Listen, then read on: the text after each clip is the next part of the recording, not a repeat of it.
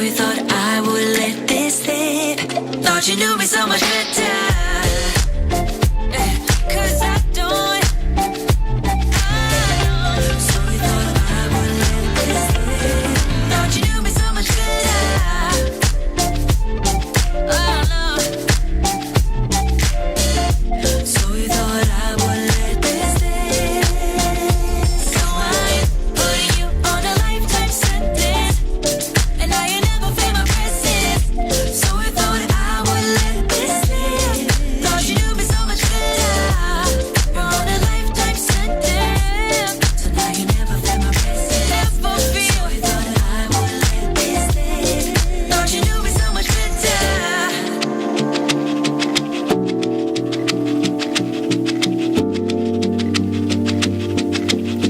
Thought you knew me so much.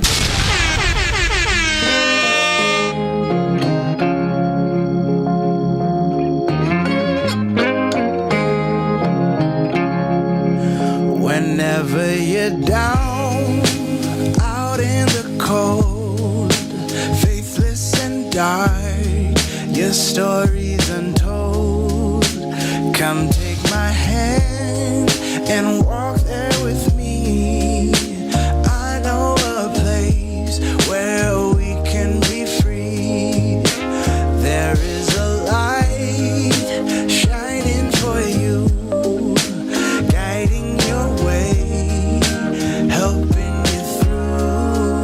When shadows and gloom are all that you see, we'll find a place where we can be free.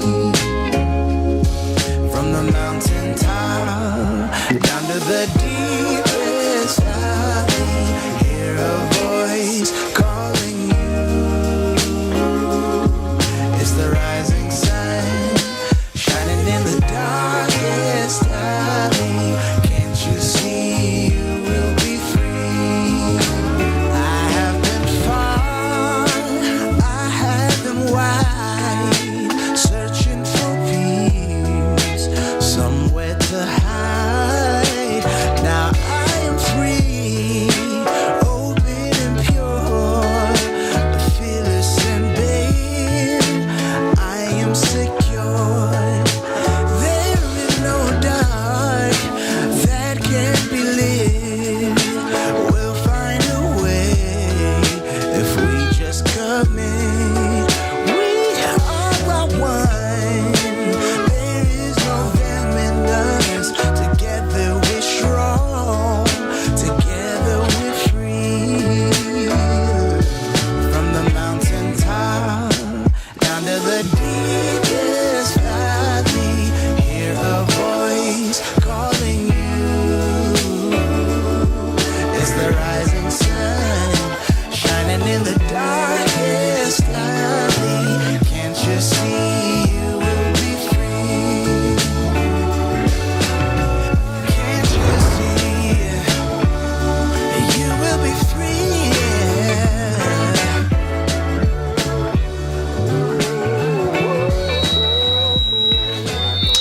8 minutes past 7, it's your time, and of course it is another yet a beautiful Monday morning, man. Looking forward to what this week has for us.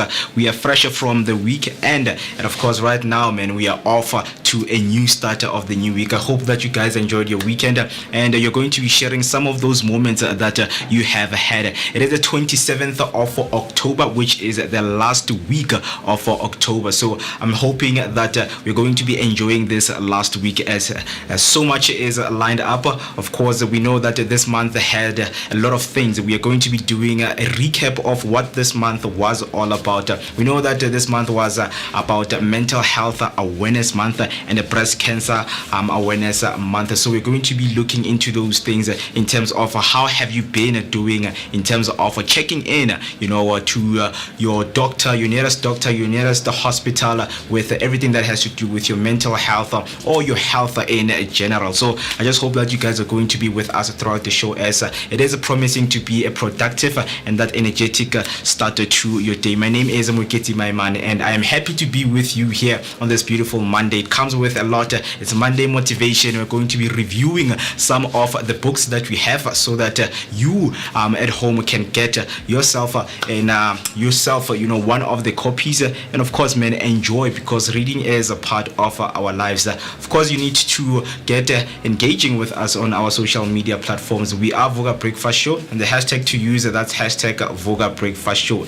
If you want to call us in or send us your voice note, the number to do that is 060-493-3226. That's 060-493-3226. Without wasting any of your time, you know that we always begin with a picture of the day, just to make you know and wary of some of the destination that you didn't know they exist in SA. Behind me, you see the pictures, and you're asking yourself, where is that place? Today, we are highlighting the Tsitsikamma National Park, now part of the Garden Route National Park since 2009. It is a coastal reserve spanning 80 kilometers along South Africa's Garden Route in the Western and the Eastern Cape. Renowned for its lush indigenous forests, rugged coastline, and the famous Otter Trail, it features nature's valley on its western edge and Storms River mouth as its main accommodation hub. Nearby, the Blue Kranz Bridge offers the world's highest bridge bungee jump. The name Tsitsikamma comes from the Khoikhoi language, meaning the place of much water, or water begin. So if you want to know about the history and of course the environment and the atmosphere of what the Tsitsikamma has to offer, you go there, because that is where the history of where water began is. So I just hope that you guys will go and explore, what the Tsitsikamma has. So that is all that we have. I hope that you got that information and you will use it, of course, to travel and get to this designated destination. With that being said, you know that we always connect right here on the Vooka Breakfast Show with the guests that we bring along, so that you and I can learn and take some of the nuggets of wisdom that these guests give us, and walk through this life and this journey as people who know what to do. Mondays bring all about business, entrepreneurship. So those people are going to be with us, whether it's in person, whether it's in online. I hope that you are ready for those conversations that you're going to be having with them. Starting off with the first guest that is going to be joining us, and I can't wait to connect with him, is Atang Ramabela, the founder of Murumumutso Charcoal Production. So Atang Justice is a visionary entrepreneur and environmental advocate from Matatiele in the Eastern Cape, who transformed a pressing ecological challenge into a thriving green enterprise. In 2020, during his internship with Environmental and Rural Solutions, Atang founded the Murumutso Charcoal Production, a business rooted in sustainability, community and upliftment, and of course innovation. He's going to be joining us, and that conversation will be based on the Murumutso charcoal industry. So I just hope that you are also ready for that conversation and the engagement that we're going to have with him. Lastly, we're going to be joined by Mahene Patrice Benzane, the founder and CEO of Smart Ops and Digital Transform Leader. Mahene is the founder of Smart Ops, a company revolutionizing industries through practical digital solutions. With a background in geology and a master's in management and digital technologies and business from Wits Business School, Mahene transitioned from mining to tech innovation, driven by a passion for transformation and sustainability. So I hope that you're also ready for that conversation we're going to have with them. If you want to ask any question, you can hop on. We are live right now on YouTube. The hashtag to use, that's hashtag of Vooka Breakfast Show. If you want to call in and of course talk directly to the guests that are going to be having on today's day, the number to do that is 060-493-3226. That's 060-493-3226. And we are Vooka Breakfast Show across all social media platforms. So I hope that you guys are ready for what is going to be happening on this beautiful Monday morning. But for now, let us take a short break, and we'll give you all your news headlines and sports headlines in terms of what has been taking place and your talking points that you need for the rest of the day. So for now, don't go anywhere.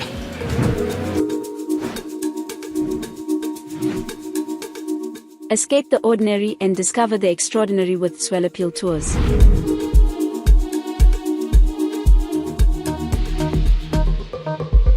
Whether you're a group of friends or a family looking for a memorable getaway, Swellapil Tours has you covered. Our all-inclusive tours take you to South Africa's most stunning destinations, from the scenic beauty of Mpumalanga to the vibrant life of Gauteng and the coastal charm of Durban.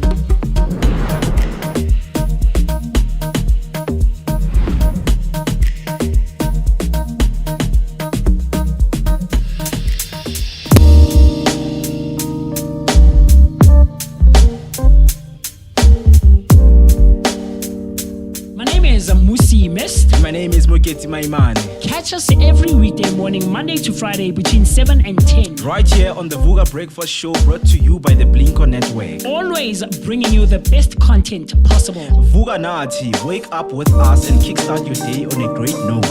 This is your energetic start to the day.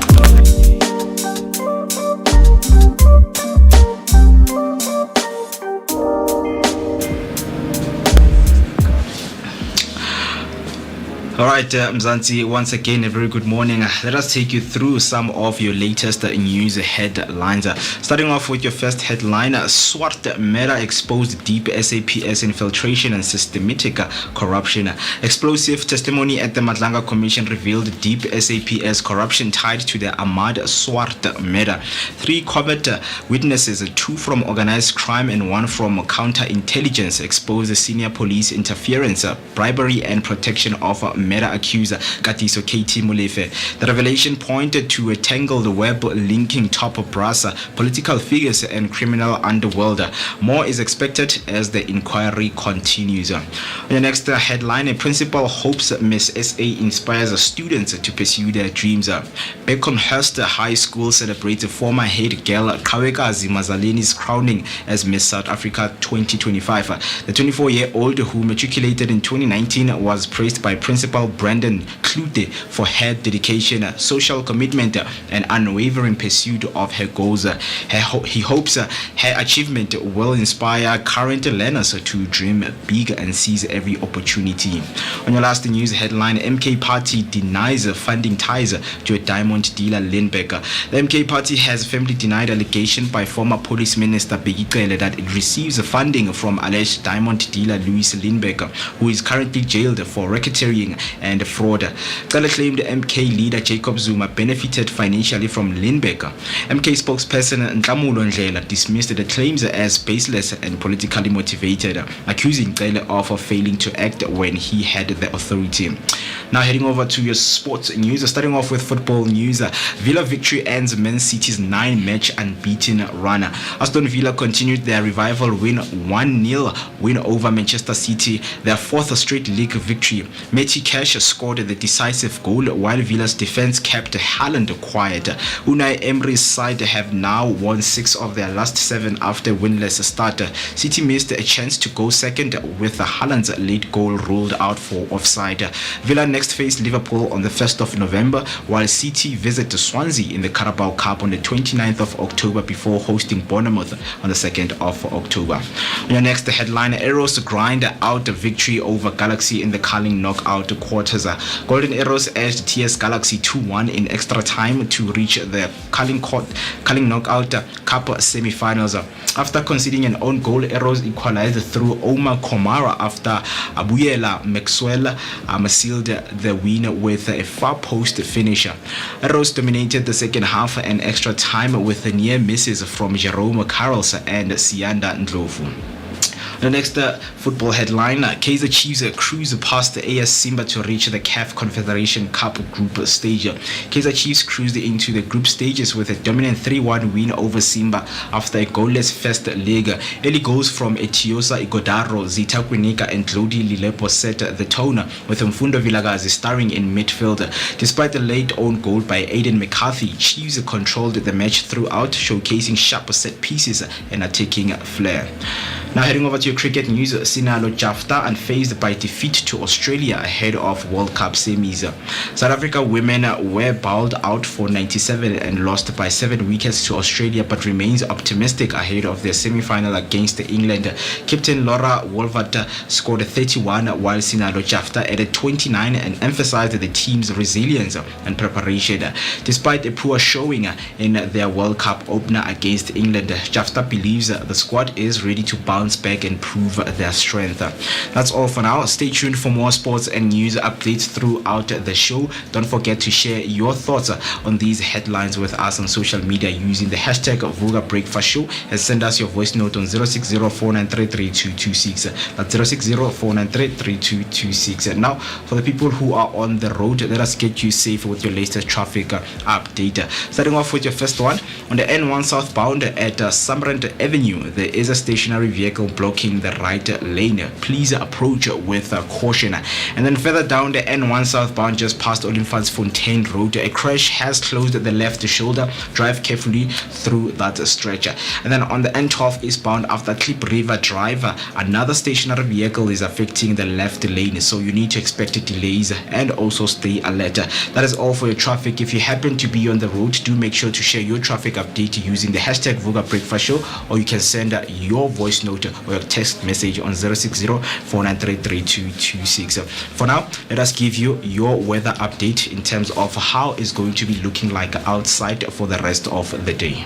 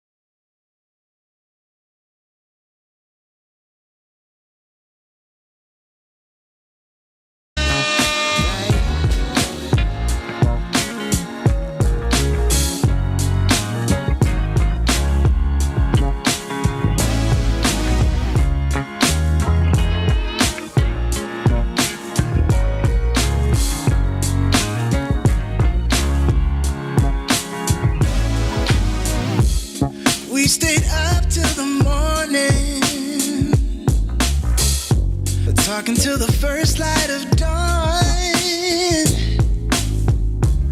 Just like fate without no warning.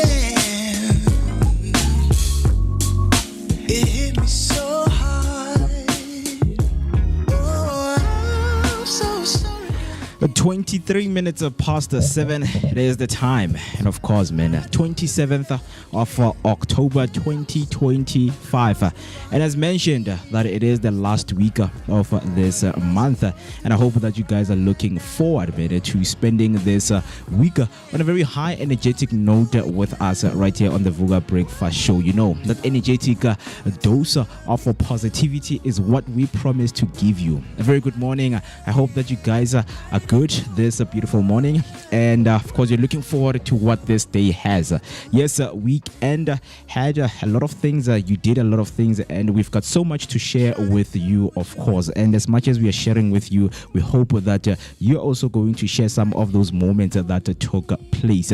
But we know that start of the week for most of the people, it's always difficult, and they have the slump. And now getting rid of that slump is always on a Wednesday. But don't worry, we've got you covered. We are able to shift some things around just to accommodate you, because you are the most important ingredient of the day. My name is Moketi Maimane, and I'm happy to be with you throughout the day, just to share so much that has happened and lined up for today's day. So that I hope that you guys are ready, and all you need to do is to connect with us throughout our social media platforms. We have Vooka Breakfast Show on Facebook, TikTok, and Instagram. And of course, on YouTube, it is Vooka Breakfast Show. That is where we stream live each and every day from Monday up until Friday, from 7 a.m. up until 10 a.m. We are with you, just giving you the dose that you need. But with that being said, let me just not waste most of the time. Right now, it's 25 minutes past 7, and I know that for some of the people who are in business, they just need to be wary of their financials in terms of how is the rand doing, of course, with other currencies. So let us jump into that straightly. So you know that a lot of people have been talking about how the rand is being misquoted, how the rand should be the strongest with other currencies. So they say we are being deceived, but we're going to be getting into that later today. But as of now, let us look at how the rand is doing with other currencies out there. So starting off with the dollar, right? For a dollar, of course, you need to have 17 rand 17 cents. Right, there is a slight change right there compared to the previous days. So the dollar slide continues, and the US imports could cost you less in rand terms. Right, so for each and every dollar, you must have 17 rand 7 cents. And heading over to the British pound, for each and every Great Britain pound, you need to have 20 rand 95 cents. 22 rand 95 cents. That is how the rand is doing against the Great Britain pound. And then of course the pound flexes, and the UK goods and travel just got a little bit pricier. So that is how the pound is looking like against the rand. And then of course, coming back to some of the African countries, is Botswana that we have right here. So Botswana pula, so 1 rand 20 cents, you are going to get 1 pula. For 1 rand 20 cents, you're going to get 1 rand pula. So the pula retreats and better cross-border shopping deals for South African consumers. So these are some of the market trends that you need to look out for, and we've got you covered in terms of knowing how the rand is doing with other countries. So heading over to the Japanese yen, for each and every 11 cents, you're going to get 1 Japanese yen. For each and every 11 cents, you are going to get 1 Japanese yen. So the yen stays soft. Japanese imports remain affordable for now. So if you are somebody who likes to shop, shipping things from the Japanese yen, so you need to know that when it comes to the market, in terms of trade, the rand is doing far much better. So the yen stays soft and the imports remain affordable. And then when it comes to the euro, right there, 1 euro gets you 20 rands 1 cent. It's 20 rands 1 cent. So the euro has edged up and it could nudge up your European holiday budget, right? It could nudge up your holiday budget if you're looking to go to Europe this month, or of course this festive season. Just know that each and every 20 rand 1 cent will get you 1 euro, right? And then heading over, of course, to the Australian dollar against the rand. For each and every Australian dollar, you must have 11 rand 21 cents. So the Aussie dollar dips. Imported wines and goods may be cheaper, right? The imported wines and goods, they may be cheaper because 1 Australian dollar is 11 rand 21 cents. And then lastly, heading over to the Chinese yuan. So for each and every 1 Chinese yuan, you need to have 2 rand 41 cents. That is 2 rand 41 cents.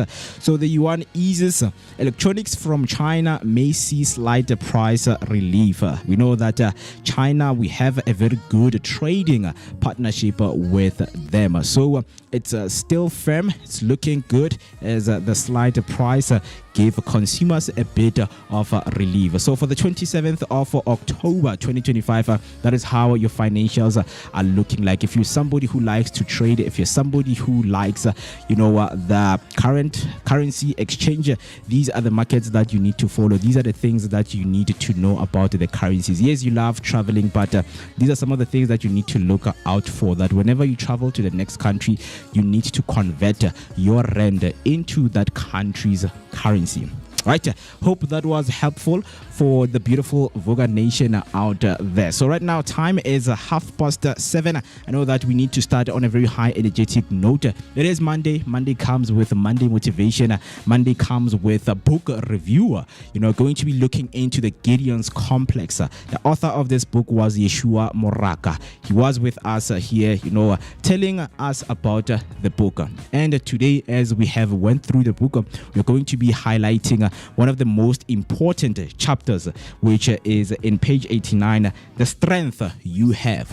Let us talk about the strength that you have, because this beautiful morning I woke up with this quote that I've had from this lady who was talking while I was watching TikTok. He said, when mercy and goodness is on your way, don't run. You just need to stay there and receive. So many of us, we wake up, we chase after things, not knowing that there are things that are chase after us. So we just need to relax. Don't chase. You just need to receive with an open heart. Right?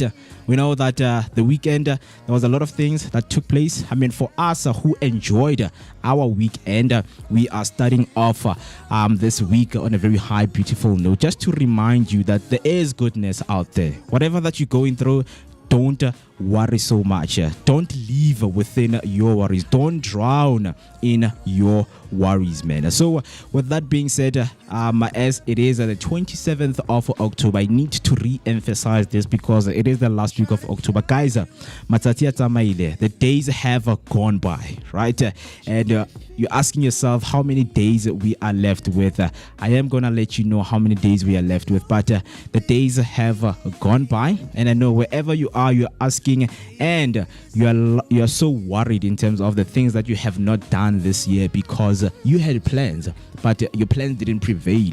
You didn't accomplish your goals, your dreams that you still have. You're still chasing them. You're still working on yourself.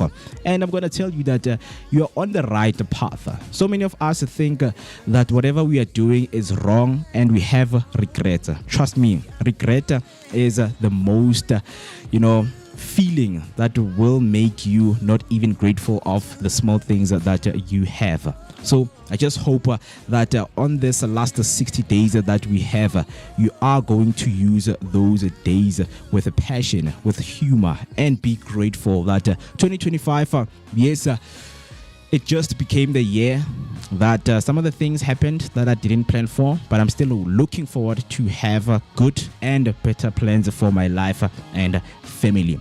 So you know that we always have a beautiful inspirational messages for you, for whoever who is listening and watching right now. So an inspirational message that we have for you on this beautiful Monday morning is remember, your passion is your compass. Whether you're balancing studies, nurturing your little one, or uplifting your community, let your inner fire guide you. Every step you take, no matter how small, is a spark that lights the way for others. You need to keep going. You're not just chasing dreams, you are building a legacy, right? And of course, man, those are beautiful, words and profound, not just in words, but profound. Because we all need those nuggets of wisdom from each and every inspirational messages that we have, and those messages are aimed at you improving your life.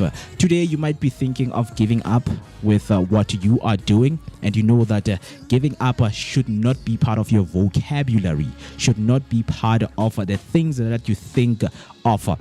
As we always practice word of the day, you will never hear us talking about giving up. Giving up will never be our word of the day because it is absolutely not in our vocabulary. So if you have giving up in your word of your day, please just take it out, discredit it, cut it out, eradicate it from your mind, because giving up, guys, is not an option. I mean, there are things that we can give up in our lives, just giving up being a bad person, giving up some of the things that you take that turn you into the person that you are not. So those are the things that you need to give up. But giving up in your life is something that you don't have to do. As I am quoting this and giving it to you, saying that giving up is not an option, there is a quote that I want to share with you from Ferdinand Foch. So Ferdinand says that the most powerful weapon on earth is the human soul on fire. When your soul is on fire, you become the most powerful weapon on earth. And that is what people want to see out there.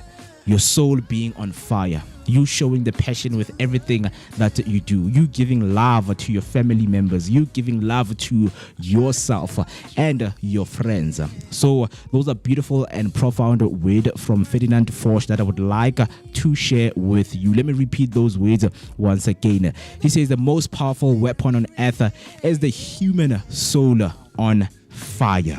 So whatever that you do, you just need to be on fire, because on fire is what we are about to do on this beautiful Monday morning. So I hope that you guys are going to be with us and still enjoying, the good sounds that we give you just to start and kickstart this energetic start to our week, not just a day.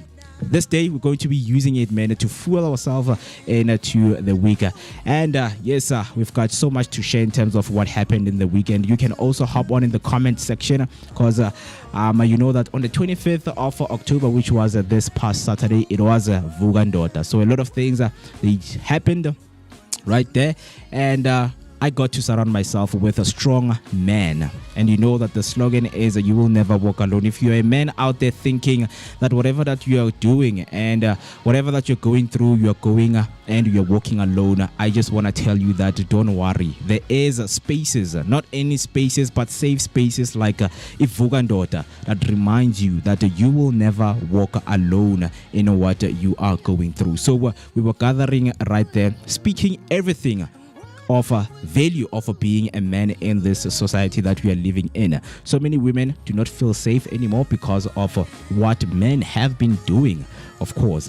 But now we are just now taking a step back and revisiting some of the rules that we have set in our communities and in our societies. And we are saying, guys, we need to rewrite the script now in terms of being a man. There is someone out there who totally has a wrong idea of what really is a man. He thinks a man is overpowering and, taking ownership of other people's lives. But we redefine that, and we invite other men to come and share their stories so that they can feel that they are loved and they are heard.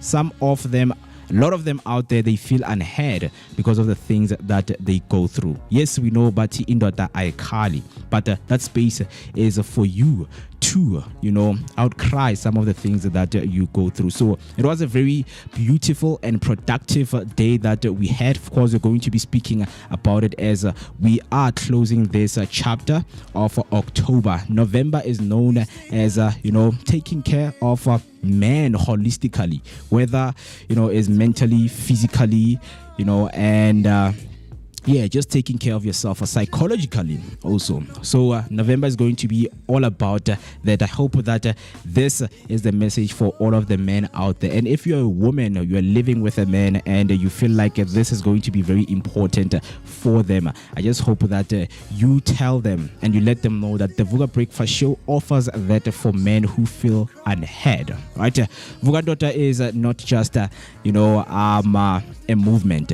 It's a movement that empowers, that inspires, and that shape cultures, elevate some of the voices of the men out there. Because this goes back to the quote of Ferdinand Foch, when he said the most powerful weapon on earth is the human soul on fire. So we want to see the soul of man on fire, giving love, nurturing, and also being in spaces where they feel safe to talk, where they feel safe around the brotherhood. So I hope this is going to be helpful, as this movement should grow and a lot of people should know about it. It is Vooka Daughter, and you will never walk alone. Going to be sharing some of the conversations, of course, man, that we had. So I hope that you guys are going to be with us throughout on our social media platforms, just making sure that you're keeping up to date with what we post on our socials, right? And with that being said, that so much is lined up, because I have just mentioned that what happened and what took place on Saturday was for a lot of men out there who feel unheard. But with motivation and kickstarting our day on a Monday is with beautiful and, of course, thought compelling conversations that we have with our guests. As I have started the show and mentioned that we're going to be joined by two of our guests today. Let me just walk you through who we are going to be having once again. So for today's day, we're going to be sitting down, of course, with Mr. Atang Ramabele, right? The founder of Murumo Charcoal Production. I know that you're asking yourself, man, charcoal production is the biggest production in South Africa, because you know that still today our power plants, that supply electricity to our households, they use charcoal. So how did he get into, the space of the coal industry, and how is he doing? I know that you want to know that. He's going to be with us, so I hope that you guys are ready for that conversation. So Atang is a visionary entrepreneur and environmental advocate from Matatiele, Eastern Cape, who transformed a pressing ecological challenge into a thriving green enterprise. In 2020, during his internship with Environmental and Rural Solutions, named after the Soweto word for black forest, Murumutsu converts alien vegetation into green artisanal charcoal, biocur, and emerging eco-products like wood vinegar and briquettes. Under Atang's leadership, the business has cleared thousands of hectares, preserved over 840 liters of water annually, and produced more than 25,000 tons of charcoal, all while adhering to the Forest Stewardship Council principles of economic viability, social responsibility, and environmental care. So with support from WWF, First Rent, and Avocado Vision, Atang has positioned Murumutsu as a beacon of rural innovation, committed to expanding into international markets, empowering farmers, and driving a circular economy. His work reflects deep values of loyalty, honesty, and respect, and his mission is clear: to build a sustainable future, one charcoal breaker add a time. You know that time is what we really need to shape, our craft. So with Atang, I hope that you guys are going to learn a lot more. If you're somebody who is looking to be in the space of the charcoal business and the charcoal industries, he is the right person that you just need to lend an ear to, as he is going to be talking to us. And then of course, nextly, we're going to be having Mr. Mahane, right? Mr. Mahane's career has taken him into notable companies like the BHP, built-in South 32, and the Anglo-American, where he led projects that boosted productivity and safety. He believes in taking bold steps to transform industries like mining and others through digital technology, all while supporting the United Nations Sustainable Development Goals. Right, those are the biggest goals, and of course, what he is striving to do through digital technology. For somebody, of course, who likes mining and technology, this is a conversation that you should be waiting for and that you should be participating in. So remember that if you want to ask them questions while we are with them, engaging, the number to do that at 060-493-3226. That's 060-493-3226. Those are our beautiful guests that we're going to be having on this day. Right now, 15 minutes till we hit 8 o'clock. You know that we have a lot to unpack on this beautiful Monday. And man, the conversation that I just want to jump in after I come back from the break is, of course, having three currencies. We know sometimes, you just need some, you need two of the options that you have been given to get to the third one, right? So we're going to be looking into that. Because on this beautiful morning, I just want to know, what are your thoughts, right? Imagine you have three currencies, namely knowledge, time, and money. And when you need one, you use the other two to get it. So for you, do you think you need knowledge and time to get to money? Or you're somebody who needs money and time for you to acquire knowledge? It is a conversation that we're going to be getting into after taking this short break. For now, please don't switch the dial, because we are coming back right after the short break. I didn't know more what I would do for you to love me too. Baby, I'm falling for you. What I would do for you to love me too. No, I can't. I didn't know more what I would do for you to love me too.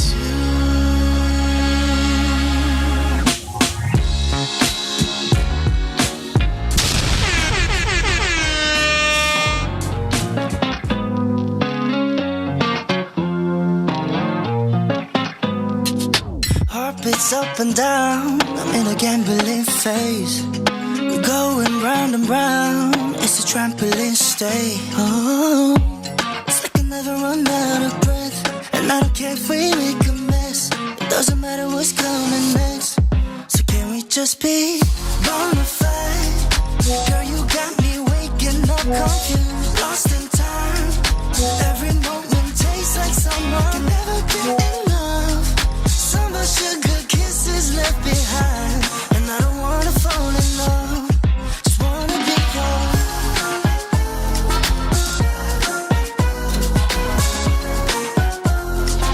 Can we just be bona fide?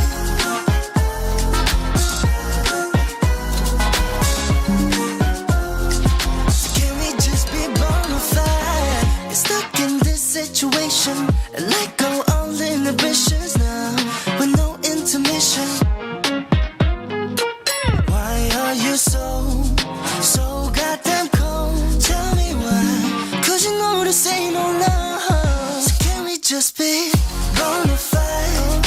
Girl, you got me waking up confused, lost in time. Every moment tastes like summer, can never get enough. Summer sugar kisses left behind, and I don't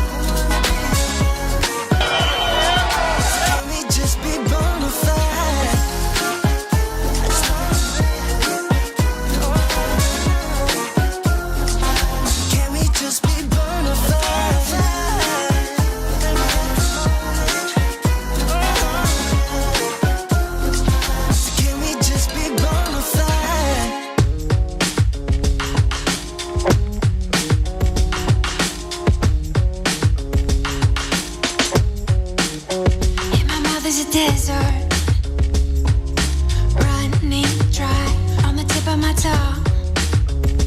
I can taste your lies, had to measure the love you throw around. I could never hold you down. One of us will have to take a bow. Feeling you so close to me, we drive around. Everlasting love, so much to go around. You got me so high, I can't come down. I hope you know that I will never let you go. If all I do is dim your glow, then fly on, baby, please just go. Your soul is the ocean, and I can't touch the floor. So full of emotion, I can't keep any more. Are we at a time where we'd be swallowed whole? Don't give up on us now. One of us will have to take a bow. Feeling you so close to me, we drive around. Everlasting love, so much to go around. You got me so high, I can't come down. I hope you know that I will never let you go. If all I do is dim your glow, then fly on, baby, please just go. I can feel you there where I once had you all alone. In the back of my mind, I'm under your spell, I can't get out. My heart falls 5 below, and I'm still here. I'm freezing cold, but I will wait. 9 minutes till we hit 8 o'clock on the dot, and you're still watching the Vooka Breakfast Show. It is your energetic start to your day, accompanied by a daily dose of positivity. Of course, you're located in the heart of Johannesburg, which is Soweto, Dobsonville, right inside the Blinker Studios. And you know, if you want to engage with us, we are live right now on YouTube. Use the hashtag Vooka Breakfast Show and let us know, Guti Uvugile, you are looking forward into this beautiful day and you're looking forward to this beautiful week ahead of us. As I've mentioned, it is the 27th of October 2025 and it's the last week of October. So I just want us to enjoy this week and of course look forward to positive things. You know that the new month requires you to be refreshed. It requires you to be rejuvenated so that you can look forward to what it will be bringing. So as the Vooka Nation and Mzansi, I would like to encourage you to do that. So a very good morning to you if you have just joined in. I hope that you're doing well and looking forward to this beautiful day ahead. Yes, there is a lot of things that we have went through just before we went to the break of financial news. And then, of course, 8 o'clock on the dot, I'll give you your news recap into what is going on and some of the talking points that has got us talking. Right, as South Africans, we need to be well versed and well updated into what is going on right now. If you didn't know, the president is out of the country. I am going to be explaining to you why is he outside of the country, and the acting president currently is Enoch Godongwana, the finance minister, right? So those are some of the things that you will be knowing just at 8 o'clock on the dot when we are giving you your recap. But with that being said, before the break, I have, of course, man, just thrown something at your face so that we can discuss, right? And if you want to hop on in the comment section, you can come in and let me know why. Or you can send your voice note on 0604933226. So we have a very, very interesting conversation and a question that we have. I mean, for me, yes, I will give you the answer, but I also want to hear from you. What do you think? Right? I know most of you just listen, most of you just watch and you don't want to engage. It's fine. You can also have an answer to yourself, or you can, just go through the question because maybe it's something that you have had for the first time. Right, so let's say you given 3 currencies, and you need to use 2 to get to 1, right? And the options are as follows. You have knowledge, you're given knowledge, you're given time, and you're given money. So I want to know, for you to get to money, do you need knowledge or time? Or you can swap that round, saying, I need money and knowledge to get to time. I need time and money to get to knowledge. I want to hear from you right there. But with that, I think for me personally, if I have to start answering that, okay, which are the 2 options that you need? Honestly, according to me, I know for somebody it will be different, but I feel like I need the time and the knowledge to get to the money.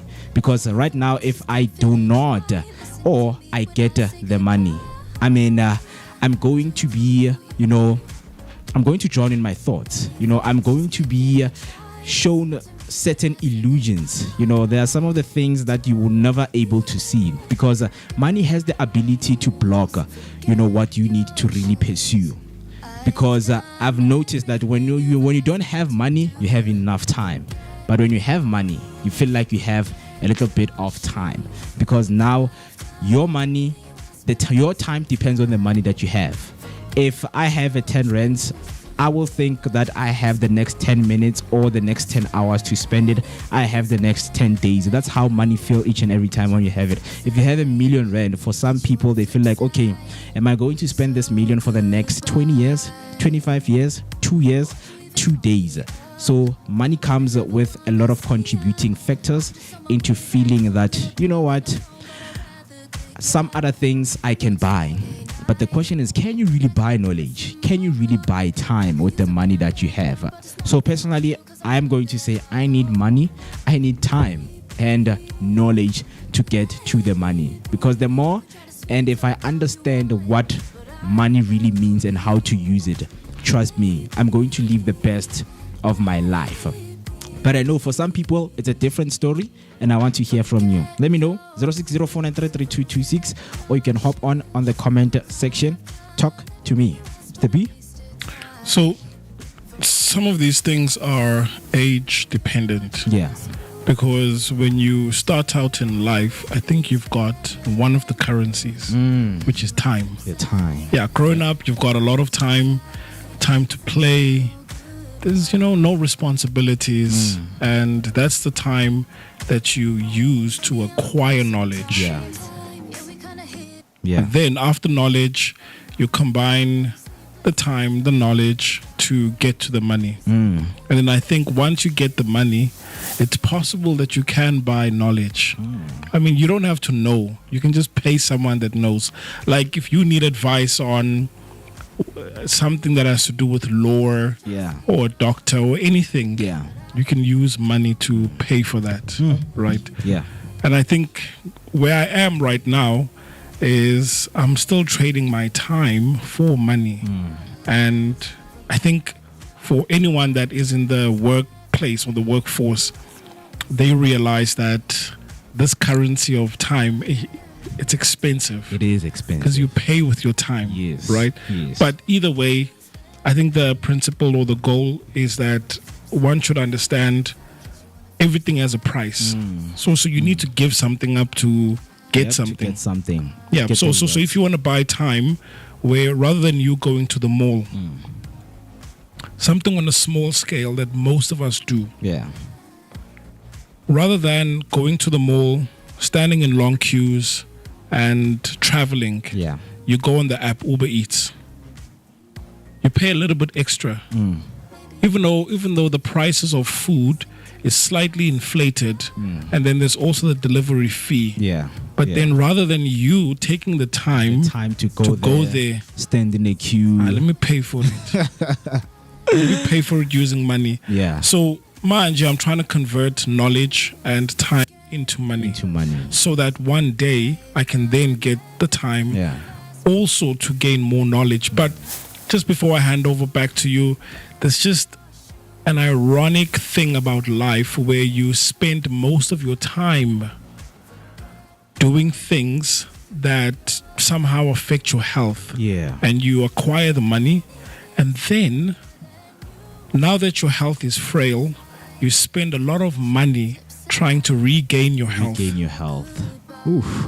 As they say, that for some people, wealth is equals to health. Others, they For turn it sure. around and say, health is equals to wealth. Yes, if you're healthy, then you're Yep, wealthy. You are wealthy. Yes. Yep. So some people want to buy back time, some dollar, and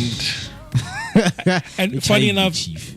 I'm talking about time in a sense where you want to somehow live the way you wanted to live in your youth. Yeah. But it's cut some bit. But some, yes, I understand. You buy back time by saying, look, I've got the money, so I can afford to buy myself Yep. some time. Yep. Yeah. But kwabanye, now that the money is here, and this normally happens to men where amachita in their 40s, 50s, Yeah. they try and buy an experience, a youth experience with money. That they have. You know, yeah. so Yeah. like I've got a friend, Simbizuma 1000. Like I feel like he's trying to buy back his youth. Yeah, the youth that he lost. I mean, I'm realizing, man, because there are so many questions that a lot of people ask. Even if there's someone out there who's asking what is knowledge, what is time, what is money. But the most important one is the time, because I've had people, asking that you cannot tell me what to do with my time. And then they go on and ask a question, what is time and where is time? Is time physical? Is time psychological? Because they feel like bona personally they can go back, forward in time and go back backwards. So it's how we have created this whole concept around time. Because with this, man, it's crazy when you are just listening to people out there, who are studying philosophy and things like that, to a point that they have amalgamated these words and combined them into, something that is one. Because, yes, you can have everything all at once. You can have them, but now it comes back to that thing of losing some pieces of, your life, whereby, okay, if you can buy or you can pay somebody who has knowledge. Now you are working on having the money to keep that person with you. That's why they always say, strive to have something that no one can take away from you. The knowledge that you have, no one can literally take the knowledge. I mean, people can try and convince you in a different way to say, no, man, let's change how you think. Let's change your ideologies into how you get to see the world, how you get to challenge some of the challenges that you have. Right? Let us indoctrinate you, guys. I was about to say, because even with school, Yeah. if you've got the knowledge, then you can convert your knowledge into money, but you need to add the ingredient of time in it. Yeah. So you go to school Yeah. to acquire the knowledge. Yeah. That is why, although it's not as prevalent as in the industrial age, but right now there is also a shift that's taking place where you have the knowledge, Yep. but then people bahleli nama degrees, unemployed. So the question is, with the degree that you've obtained, Yeah. what is it that you are doing? Because now we consider you as someone that's learned. Yeah. So when's on with that degree or that PhD? So the economy or the times that we are living in is not really geared up for the old practices that we need, that our parents used to do. Yeah. So right now, I think it's changed to such an extent where you can have the knowledge or the time, but it might not equate to money. To money. Yeah. Sometimes the knowledge mixed with a little because it's AI nowadays. Let me use AI. I've got the time, I don't have the knowledge, but then I know how to prompt. Yep. That's still knowledge in a way, but you can still make money if you've got the time and a little bit of knowledge. Yeah. So some way, somehow, this is also being flipped upside down. Yeah. Yeah. I mean, in the fast-paced, life that we are living right now, I mean, just bringing it to the realities of saying, okay, what would a lot of people out there choose? What they say I need, or for me to get to the money, I need the knowledge and the time, or I need money and time for me to gather as much as knowledge. Because, all of them, they do work out in how we put them. Because for me, I feel like with traveling, you get to experience things and you get to learn about how other people are living out there. So when you have more money and you have the time, you go around gathering the knowledge, about how things are being done out there, right? So, yeah, it does. That's true. Yeah, it does work, the way you want it. But I think you need to apply critical thinking just before you choose. Because I know for a lot of people, yes, money is that driving force and the driving factor for you to get some of the things that, you've always aspired to have. But now it also comes back to some of the things that right now in the present, they will tell you that the future, the past is trapped in the present, right? Can these be trapped? Can be money trapped? Can knowledge and time be trapped in money? Whereby when you have money, you can have both. There's freedom. There's freedom when you have money. Freedom to do anything that you want. Sure. You have the time.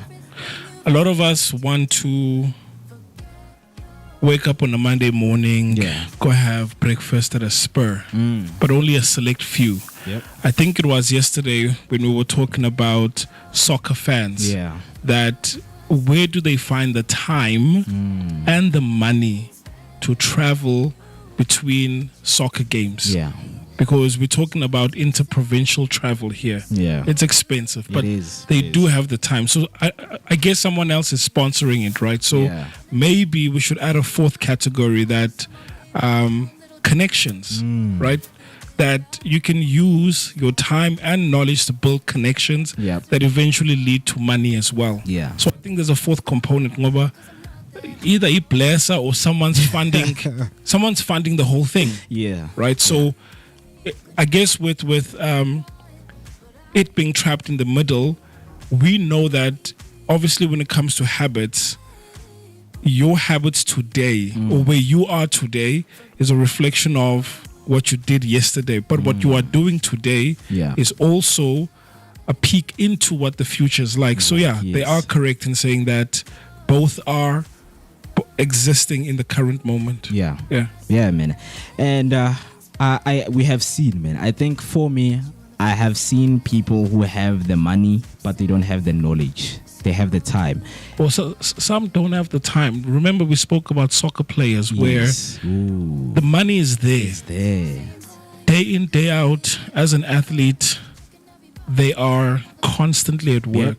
Yep. Imali corner, but you're not enjoying your life. You don't have the time or the luxury. Yeah. Man, just home dollar. You're trying to buy back the time. And unfortunately, you can't buy back time and you can't buy back health. Yep. Yeah. And, when you mention this, now it makes me remember, remind me of the conversation that I had with my brother. We were just talking about why, and we asked ourselves, like, why will a professional player, once things go south, it becomes very bad for them, to a point that a lot of them, they don't have the time, to go back. I mean, others, yes, they follow their passion of playing football while they're in school. You'd find out most of them, they drop out around grade 9, grade 10, grade 11. They're like, no, I feel like football is going to buy me the time, right? Because there is money involved, so I can have a private tutor who's going to teach me some of the things that I'm left behind with. But we found out that, and asked ourselves questions, why don't we see soccer players at banks opening up a bank account? Why don't we see them at, shopping malls doing shopping for themselves? And there is someone and a team that is organized to do that for you, like That's bank true. account, everything. They tell you which bank account you're going to use. One thing they only need from you is your ID, and the Signature. rest, and the rest is going to be solved. Yeah. And now you don't know what's the process of opening a bank account. You don't know what's the process of if my bank account, is having problems, what do I need to do? Because that information is not shared with them. I mean, not just soccer players, but anyone that starts earning a high salary. Yeah. Obviously, you get a private banker. And if anything goes wrong, you just pick up the phone, call your banker. So we somehow trade some of these commodities or currencies with the other. Yeah. So you don't have the time, but you do have the money. Right? So sometimes people think, yes, if you do have money, you've got freedom. Yeah. But it's not always the case. Because in our corner, when you talk about soccer players, we understand there are some careers that are time sensitive. Yes. So as a soccer player, maybe starting at maybe the age of 18, professionally you probably have about 16 years. That's if nothing goes wrong or you're not injured. But you've got roughly about 16 years to play football. Yeah. And then what happens after the 16 years? Oh. It's chai. Yes. Now you need to transition to something else. Yeah. And then there are some careers where, being behind the mic, you can go on. Yeah. You can go on. We still have some disc jockeys nowadays, like DJ Fresh. They're still there. They're still there. Right? Exactly, So as a DJ, you can still go on. But now depend on what kind of music, you play. Yeah. So when the time that you have in that career will also influence the amount of money that you get. Because we know that for soccer players, it's intense just for that moment. But professionally, so they earn a lot of money. Yeah. But they don't have the time. They don't have the time to spend or even gather the knowledge, because all you know is football. For sure. And I think there are, when you look at the legendary players, for them, back in the days, because now time, moves rapidly. Things change quickly with the technological advances. Many people till today, they still left behind, or they still feel like they are left behind. But it's something that has shown itself over time, that back in the days, how life used to, be as paced. It was on a normal pace. And if you are done playing soccer, that means you have the knowledge of now what is soccer, and you can go to school. You have the time to go to school and become a professional coach, because that's all you know, right? But we know that for a lot of players, not every player is meant or destined to become a coach. So you need to have something for yourself after soccer. That's true. Speaking of knowledge, do you not think it's specialized knowledge? Because general knowledge, sure, it can only get you so far. Yep. But specialized knowledge, that's what gets you paid. Yeah. Because if you are jack of all trades, you can still earn. Yeah. But if you specialize in something, that's where. Yeah.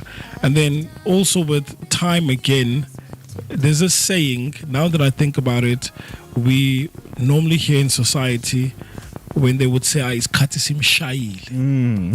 Meaning, not in a bad way, but then whatever it is that you're trying to do, time has run out. Yep. Time has run out. So again, we use soccer players as examples. At the age of, I know someone that wanted or still loves football, and they still thought they can go pro at the age of 30. I'm not saying it's impossible. Yep. But they were not even in the space of going semi-pro, and yet they still had the dream of. I'm not saying it's impossible. Look, someone can do it. Possibly. But the saying is true. Makasan, iskati simshai. So do something else. And I'll leave it here, Mo, before I hand over back to you. Also, I think now it's also about recognizing where you are and seeing what commodities or currencies you have. You can't be a soccer player or like Skate Shaile. So you can't rely on your physique. You need to rely on your brain, your mind, your knowledge now. Exactly. So I need to I know that I need to somehow take the knowledge that I have, apply it over a consistent amount of time, get to the money, but also I don't want to do it in such a way I then take the money and then pay for my health. Your health, yeah. You know, so it's really a balancing act. But this is where I am. For me, my equation is A plus B equals C. Yeah. Right now. Knowledge plus time equals to money. For sure. I mean, we have had it, man. We have had it everywhere when they say knowledge is power, right? Is money power? Is time power? I know that there is something that you consider powerful in your life. But the question still stands as the conversation continues, man, where you have three currencies. When you need one, use the other two to get it. Which currency are you planning on acquiring? Do you want to use money and time to get to knowledge? Or you want to use knowledge and time to get to money? Talk to us right there by using hashtag Vooka Breakfast Show, or you can dial us in by using the number 060-493-3226. That's 060-493-3226. Some of the comments came through right there just to check in with the Vooka Nation, what is going on our social media streets and our comment section. Tembimni came through saying, wakey, Vooka Nation. Mabavuka bantu, ngoba isikhathi sidliwa yinja. Right? And then she comes back and saying, a very good morning, team. Hashtag Vooka Breakfast Show. Hashtag Sivugile on a lovely, cool day, which is Monday. The beginning of a new and the last week, which is Monday. Monday motivation and Monday it is for, of course, empowering and encouraging that you still have the time. If you do have the money, please use it wisely. And then she comes back and say hashtag happy new week. Happy week, new day, 166 episode, right? That is the time that we have put in, of course, to get where we are. Of course, yes, money is needed to be where we are, and knowledge. We all need the three. We really need all the three, right? And then Miss Tembi says, wishing you a wonderful, blessed day ahead. Stay safe. Thank you so much, Ma. I hope that you also have a blessed and a wonderful day ahead of you. And of course, man, staying safe because it is sunny. I want us to enjoy this beautiful week, day and week that is ahead of us. Right? What I'm going to do right now is to take a short break. And then when I come back, I'm going to give you just a summary of, what took place during the weekend with your latest news headline. So what I need you to do is to don't switch the dial and share the live to your loved ones. If you feel like they can join the conversation into sharing some of the nuggets of wisdom or their sentiments with what we are talking about right here, please invite them, share the live to them. But for now, let me take a short break and I will be back shortly. So goodbye. Funny how it works sometimes. Yeah, we kinda hit it off at first. Checking every bar in town, all the sleepless nights until things got worse. You're so manipulative, trying to convince me of the shit, but it didn't work on me. So, baby, let it be. You could try to sweet talk all you want, but I ain't that lonely. Baby, let it be. Forget your lies, forget your ties. I've done everything you asked, but I wasted time. Forget your hair, your dead eyes stare. I swear anything's better than you. Get you on the flip side, get you on the flip side. So goodbye.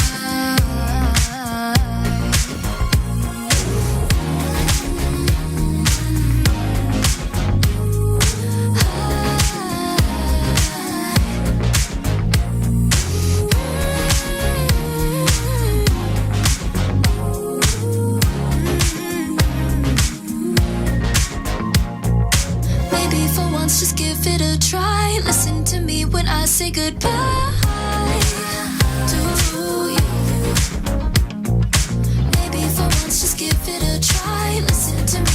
say goodbye to you. Forget your rules, forget your shoes. I've done everything you've asked me to do. Forget your rules, forget your shoes. I've done everything you asked, but I wasted time. Forget your truth, you're just cool. I swear anything's better than you. Catch you on the flip side, catch you on the flip side. So goodbye.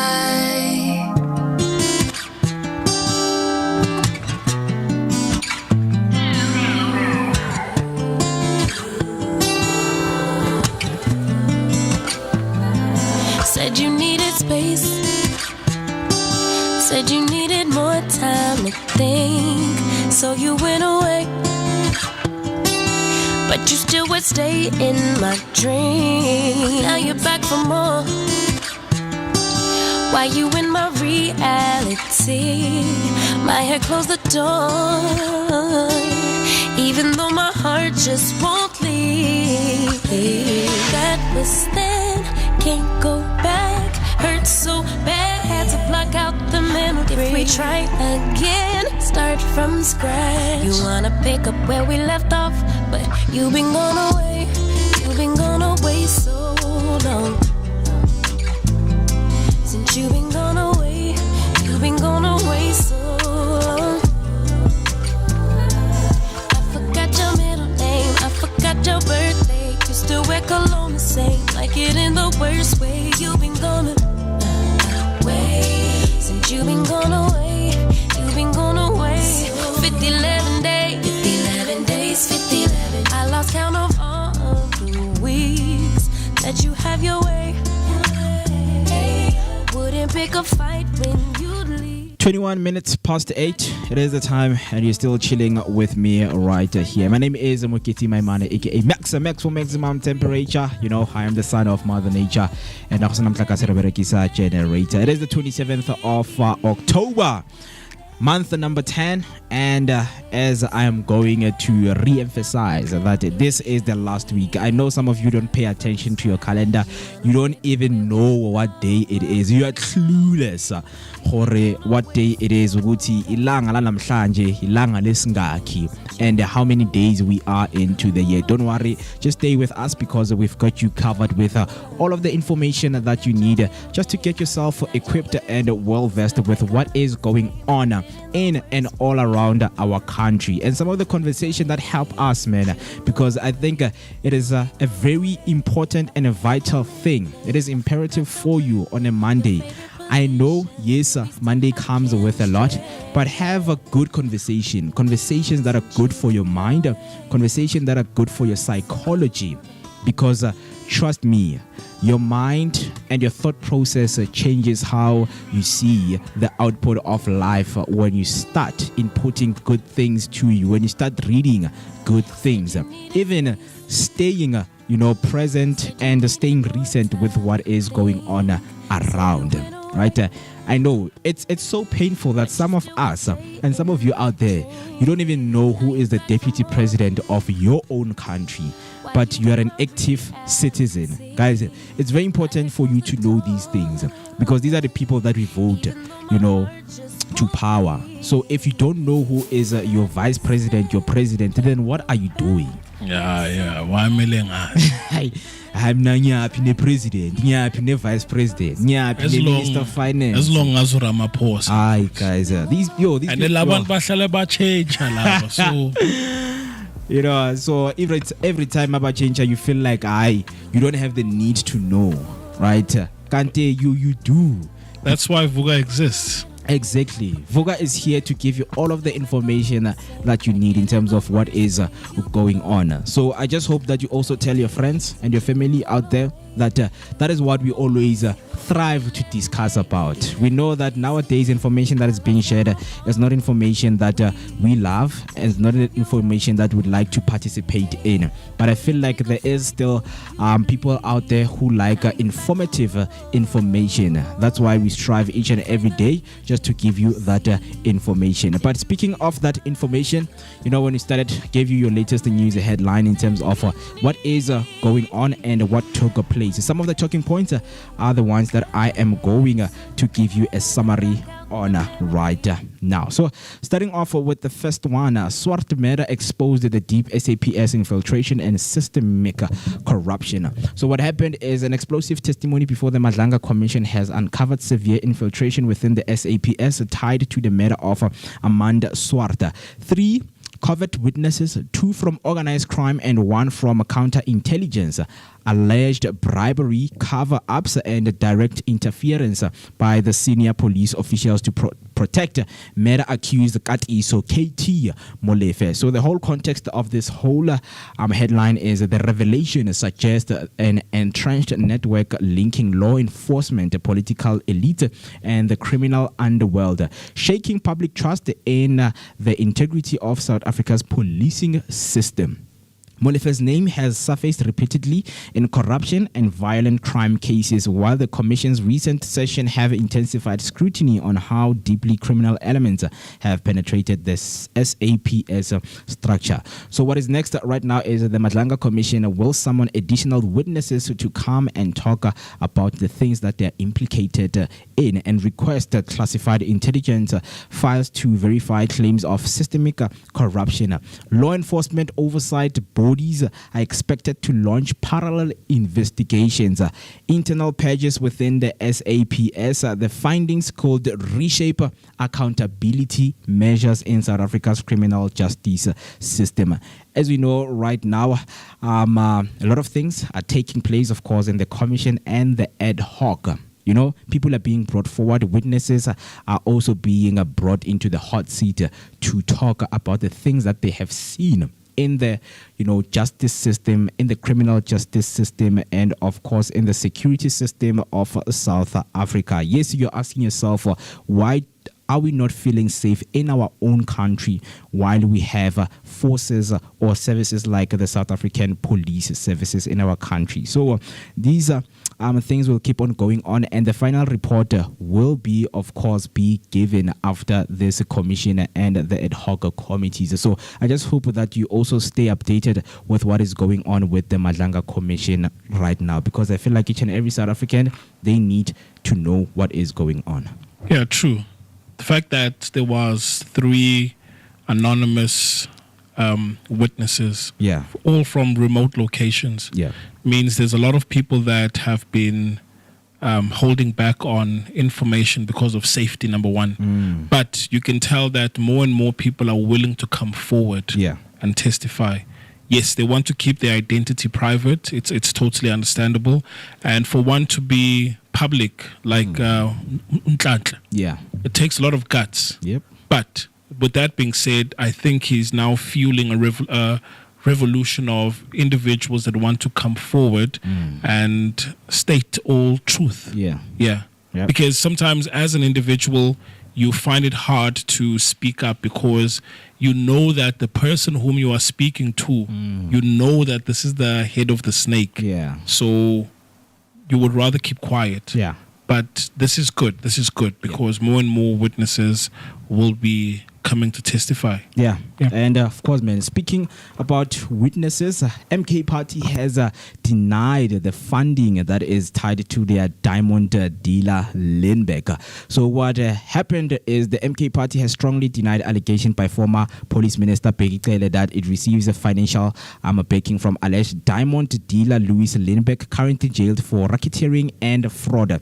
Cele also claimed that the former president Jacob Zuma benefited from the Lindbeck's funding. So by just watching the commission, so Cele explained that Lindbeck is a kingpin of the Zamazamas. The Zamazamas that you know are the illegal miners who go underground and mine for the resources that our country has. So Minister former Minister of Police Bheki Cele went to the commission and he said it out loud that the MK party, even our president, former president Jacob Zuma, was funded by these people. I know the burning question from all of the South African citizens is how are these parties funded? Because yes, you know that if you decide to open a party right now to say, you know what, I want to lead a movement that is going to bring a restoration in our country, where do I start? Where do I get the money? So there are certain individuals in South Africa whom, when you want to open a party, they will fund you, because now you're going to be attracting the masses and the number of people and convince them to vote for you. And then while you are in power, right, there are now, of course, going to be some few changes, and we have seen with a lot of political, party, members, whereby some of them, they move from this party and they move from this party, and changes begin to happen when the party grows, because now the funder is like, guys, we need to pull some of the few strings to make sure that this country is where we want it to be. Or can I land my plane on military ground? Yep. Because you funded, sure. You have the power. Yeah. You have the power to make the changes. You have the power to, play around with the policies. Because with corruption that is happening right now, it's mostly done by people who are in power. And the question is, okay, if this person has used or got this money illegally, why is he not being arrested? Yeah. It's as simple as that. I mean, right now, what's happening with Abo Cele and the other guys, you can see now it's a game of finger pointing. Yeah. Yeah. No, but this one did this now. Yes. So I like it. Yeah. I love it. And now they don't see themselves that they're behaving like kids. Yeah. When you are calling kids and asking Guti, who did this? You will see them pointing each other. You Lord. I know I did something, but this one also did it. Yeah. And he did worse than me. I took the 1 rand, now he took 10 rands. Yeah. And that one took 50 rands. So that is what we are seeing, and that is something that is unfolding right now when you are watching, the commission. Ministers are calling, each other to accountability to say, hey, the minister he spoke to the president and they gave him a go-ahead to disband the PKTT. Right? The minister was given certain money and the money was not used in a proper manner. Hey, the president did this. Hey, the president is married to the sister's aunt of this. Hey, it's a lot. Do you know this person? No, I don't. I don't know. But I know him. But I don't know him. But I know him. Hey, guys. I hope that you guys are seeing everything that is happening, and it's something that whenever you want change in your country, you will mention some of these stuffs that ministers lied. And somebody who lies in the position that they are, they need to be held accountable, right? So the MK party spokesperson Nhlamulo Ndlela dismissed the claims as politically driven propaganda, accusing Cele of hypocrisy for failing to act during his ministerial tenure. The accusations come amid growing political tensions between MK and the ANC, with both sides trading corruption allegation ahead of a key parliamentary debate. So what's next right now is the MK party has hinted it may pursue legal action against Minister Cele for defamation. Political analysts expect the issue to surface in the upcoming parliamentary sessions, possibly prompting a formal ethics complaint and inquiry into political funding transparency. The controversy adds another layer to South Africa's volatile political landscape. So the MK says former Minister Cele has lied with the allegation that, of course, he has brought forward. But we know that investigations are still taking place, and we are going to get that final report. And when the investigations have been made, then we will say MK Party is not funded by Mr. Louis Lindbergh. Just let me know what you think right there by using the hashtag Vooka Breakfast Show. But lastly, on the lighter note, I don't know if some of you knew that the Miss SA pageant was, happening. And did you vote for your favorite Miss SA? The one that you would like to see, the one that you would like to see empowering and giving all of, that, I don't know how to call it, but the moment of pride that they can put in your communities or in your country. So, principal hopes that Miss SA inspires the students to pursue their dreams. Right. So what happened is in Beaconhurst High School, they are celebrating after their former head girl Ukawekazi Mazaleni was crowned Miss South Africa 2025.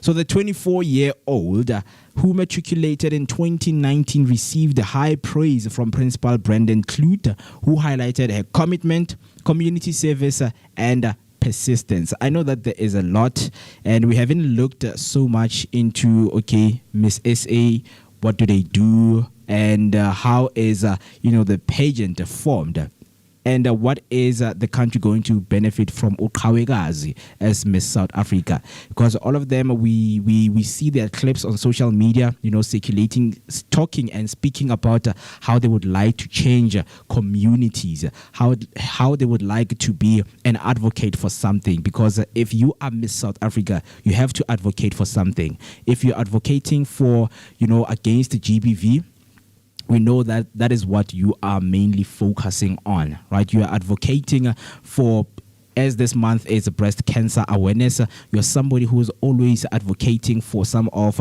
the people who are going through, making sure that you speak for them and for them to get the help that they need. So Mazaleni's victory, you're asking yourself, what is Mazaleni's victory, and how does it tie to what is going on in our country? So her victory is more than a personal milestone. It's a moment of pride for the Eastern Cape School and the community, emphasizing the importance of education, confidence, and ambition in shaping future leaders in our country, right? Her journey from student to national icon embodies the message of resilience and purpose-driven success. So what's next for her right now is Principal Clute hopes that Mazaleni's story will motivate current learners to set high goals and actively pursue their dreams. The school plans to host a celebratory assembly and mentorship initiative inspired by her achievement, encouraging all learners and all the young people out there to embrace leadership and excellence beyond their academy. Right? That is what we're talking about, that with the education that you have, how do you use it to empower, to change how people are living in your community, right? So that is what she is going to be doing, just to embody the message that she stands for, which is resilience and purpose-driven success. And lately, we have seen that some of the young people are coming in the social media streets, especially platforms like TikTok. They're tired of what is going on, guys, because unemployment rate is currently sitting at 62 point something percent. That is a lot. Are we saying that 40 point something percent of the population in South Africa is on the working class in a population of 60 plus million people? That is the number of people that live in South Africa, and we are told that unemployment is at 62 point something plus percent. Now young people are coming in and saying, we are tired, we need to protest, and what are some of the ways that we can use, to be heard in terms of what is going through out there. But I'm glad that things like Miss SA, it's not just beautiful girls going out there and shining a baby, whoever gets a crown of being Miss South Africa. But there is a message that is driven, and that message, they embody it. Right. No, Malik been a standard, guys. I'm sorry. Can't just be baddies. But something I picked up, Mo. So let me just pull up this picture for the Vooka Nation, right? That's our new Miss South Africa 2025, right? Now, tell me, do you see something common here where I'm going to pull up the former Miss, one of the former Miss South essay. Africa, yeah. And you can see Uguti, both of them have short hair. Yeah. So once upon a time, we used to think beauty is in the hair. Yes. So I think Uzozibini did something awesome by saying, look, even with your natural hair, Yeah. you can still become beautiful and become an icon to the world. Because when you look at our new Miss Essay, she also has short hair. Yeah. She also has short hair. So I know you can't see it here from this picture. So I'm going to pull up one where she's being crowned and you can see that she's got short hair. Yeah. I mean, I do know her. I do know Ulona because I think I also follow, I've seen content yaga Siswake, Homba Mazaleni. Yo, man, they're beautiful and nice people. I don't want to lie. And another interesting thing is they're also from the Eastern Cape. Yep. Right? So that also speaks about, the path that Zozibini has created. It means... Very true. Yeah, she gave back. It shows that this is her giving back to the community. Because now when people come give back to communities, we are starting to see winners from that community. That's the kind of giving back that, they are showing out there in the Western Cape. Eastern Cape, I mean. Right? So she won. Zozibidi also won, and now some of the things that she embodies, the icon that she is becoming. There is, a kid from Eastern Cape who's watching her, and they were like, I want to be like her. That's true. And guess what? Maybe in the next, Miss SA pageant, you're going to see somebody from the Eastern Cape. I mean, so what is next right now? As I have mentioned, Principal Klute hopes that Mazaleni's story will motivate the current learners. To set the high goals and active pursue their dreams. The school plans to host that celebratory, assembly mentorship initiative. And speaking of mentorship, it's one of the important things as today when we speak about the national days that we're celebrating today. Today is National Mentoring Day. So I'm just glad that we know this has now infused to what is happening currently on this day. So just to go through this day on what it entails and what it is it about, because I know some of you have asked in terms of what is mentoring. I mean, if somebody asked me to be their mentor, what is it that I need to do? Right, so Mazaleni will have that mentorship initiative with the past school that she has been in. Right, so the National Mentoring Day, you're asking yourself, what is it all about? The day aims to raise awareness of mentoring transformative impact on personal and professional development, encouraging individuals and organizations to recognize mentors and foster meaningful guidance relationships with support from global leaders and institutions, including a National Mentoring Award presented to the Prince of Wales. It has grown into a worldwide movement. Studies have shown that 97% of mentees finding mentoring valuable, and 84% of Fortune 500 companies run mentorship programs, highlighting its role in empowerment, confidence, and building career advancement. Right?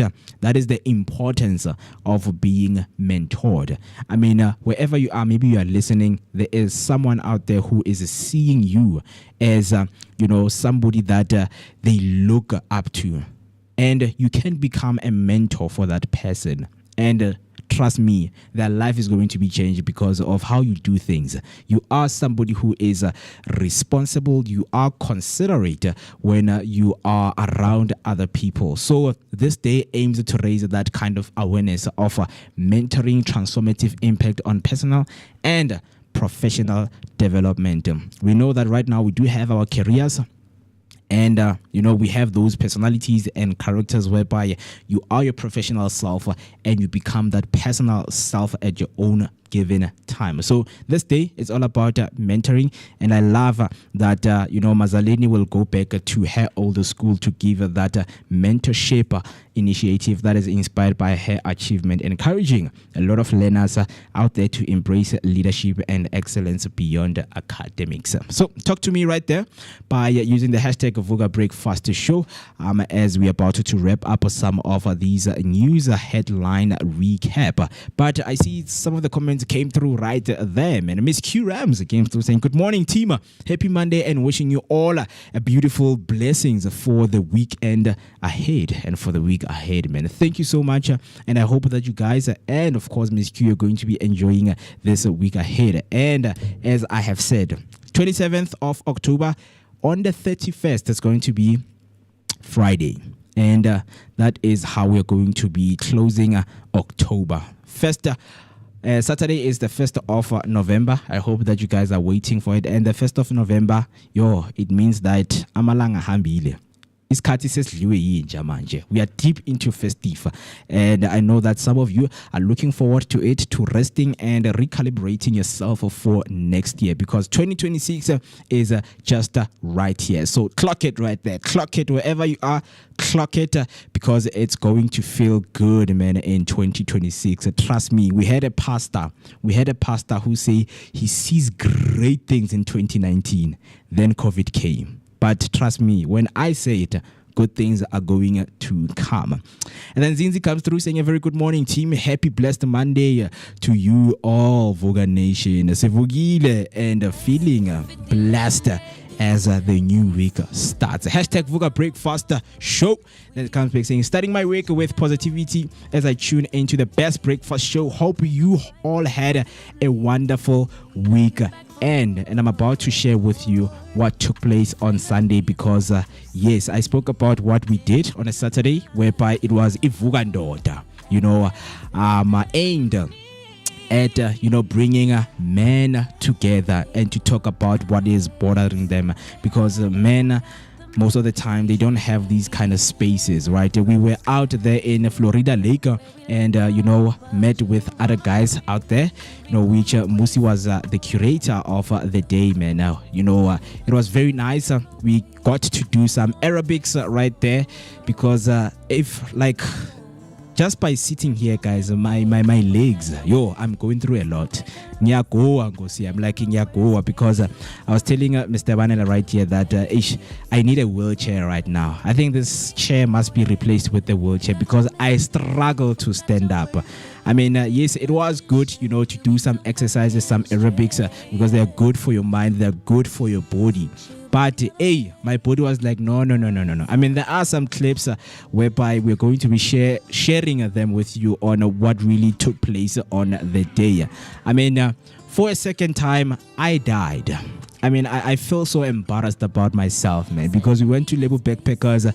I rode, a bicycle. I died. And then we went to Florida League. We did aerobics, and I died. Guys, my 1K are strong. I don't want to lie, man. My 1K are strong. If you're born in the 90s, I consider yourself strong, because Rona, I feel like we are the last generations. I'm a 2K. Coming to exercising, oh my goodness, we lack. I would say I represent most of Ama 2K, but you know what, when it comes to aerobics, training, doing all of those things, it was something that I have not been doing for the longest of time, right? And for me, there's a clip right there doing those aerobics, and trust me, man, it looks nice, but inside it was so painful. It was really painful. Mr. Steve right there, man, a shout out to him, was our instructor for the day, as we were breaking the boundaries, man. We were breaking the boundaries. The team, that's right there at the back. We went at the back for a reason, guys. The backseat gang at school, we were that team. The team the team that does not do the right things. Sflatella the instructor, right? But yeah, those exercises, man, they took a toll, from some of us. Because squatting it's not a child's play, man. Squatting is not a child's play. Right, so that last phase in J, everything in it had like your squats. When he started doing this, I was like, I will put Steve. No, this is abuse. I mean, we are here to talk about the things that are bothering us. When our this is bothering us. I mean, you can see now, right there behind. Guys, my legs were gone.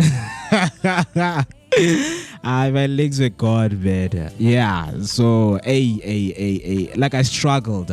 For most parts, I don't wanna lie. When we started, yes, I showed some strength, I showed some resilience. I was like, you know what, I am coming along. But when Steve started to do these jumpy squats, now I'm like, man, Steve, no. But Steve, we are too young, some of us, for these things, right? And then there he, was doing the Cairo, Ara roba marapo. Yeah. I can see right there. I want to miss the beauty strength that he had, man. Doing push. Imagine. I was like, guys. I namandla shem. Right? And that felt good, man. Because the Cairo thing is, when they stretch you, man, and you feel like your bones are cracking and you feel like, like something is just being relieved by just being pressed so hard. And of course there are different techniques meant to do Cairo. Yeah, this is the first one that we did.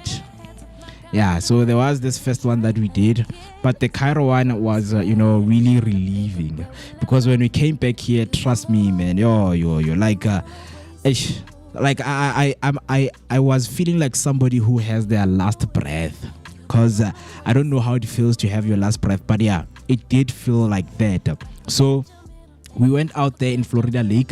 It was Saturday 25th, as we said that it was going to be Vooka. It's you will never walk alone, guys. So we were doing those exercises right there. This is phase 1. I was like, he's coming along.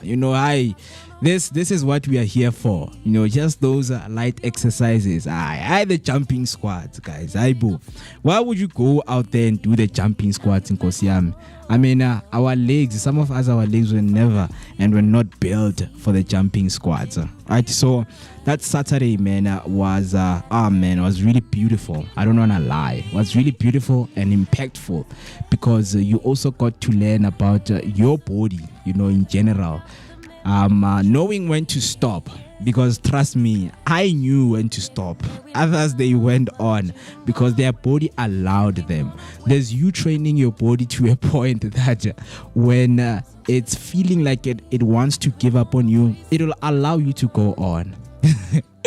But there we go. You can see some of the people, their body's like, my friend, please rest. What are you doing? I mean, the body sometimes gets shocked and surprised for the things that we do. But trust me, man, when we say Vooka, I hope that the men who are watching right now, or the women who are watching right now, you would recommend some of the guys that to say Vooka Breakfast Show in partnership with Sebenza Nati. They're doing a Vooka, whereby men come, talk about things that they go through, create a safe space, man, to talk about everything, in your personal life, in your professional life, because others, they feel like they're not given enough room to speak. They're not given enough room to talk about some of the things that are going through to their life. So that day was all about that. We had a very beautiful and impactful Saturday morning right there in Florida, man. Even the environment was allowing us to do, because we were surrounded by trees, we were surrounded by water. So you need to know what kind of environment. I mean, nowadays men gather in taverns, bayakhala, they talk to each other and they voice out some of their things. Like, guys, how do you voice out things to a drunk man? I mean, I understand some others, they can control themselves, but it doesn't make sense, because if somebody is intoxicated, that means they're not on their right mind to receive what you're talking about.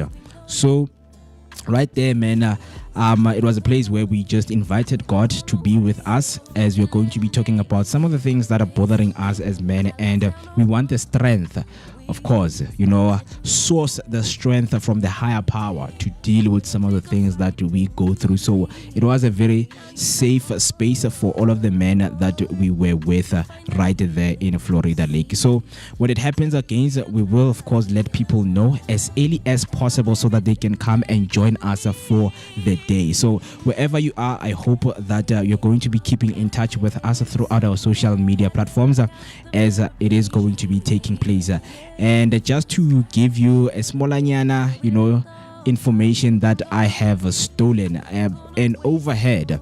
I heard that for the finale of this year, we are going to Pine Resort, but it's not confirmed yet. That's why I am encouraging you to stay on our social media platforms. So I hope that you guys will be looking forward to be with us on that day, man.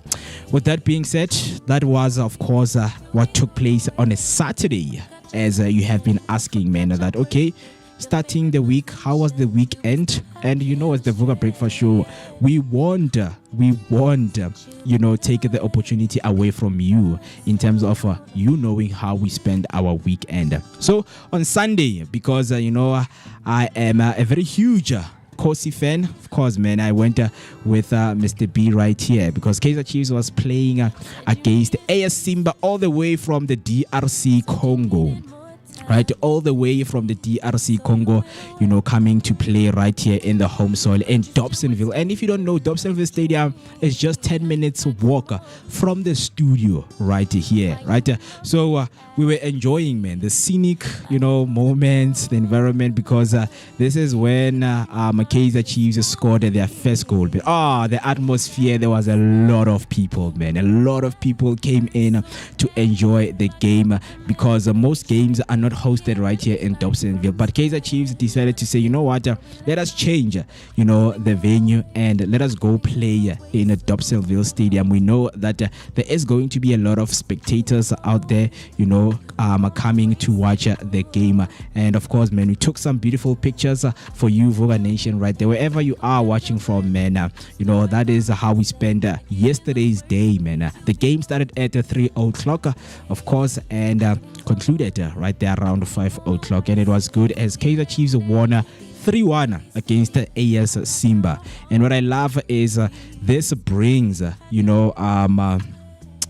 attention and that I don't know what to call it, but the tourism, it's bringing in people into communities such as Dobsonville. And speaking of that, Dobsonville was one of the trending topics in Twitter yesterday, right? And that allows other people to know more about Dobsonville, what it had to offer. It has a stadium. I think now somebody will know as time goes on. Someone will know that there is the Vooka Breakfast Show just 10 minutes away from the stadium. So Dobsonville has a lot.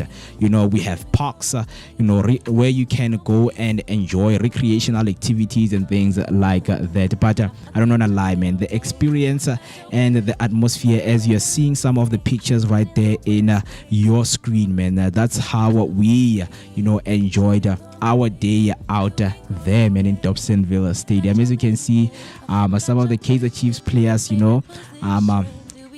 they came, and they gave their all because that's what they always do when they call fans to come and watch the game in the stadium. The power of soccer, the power of the sports, how it can bring people from all over the country.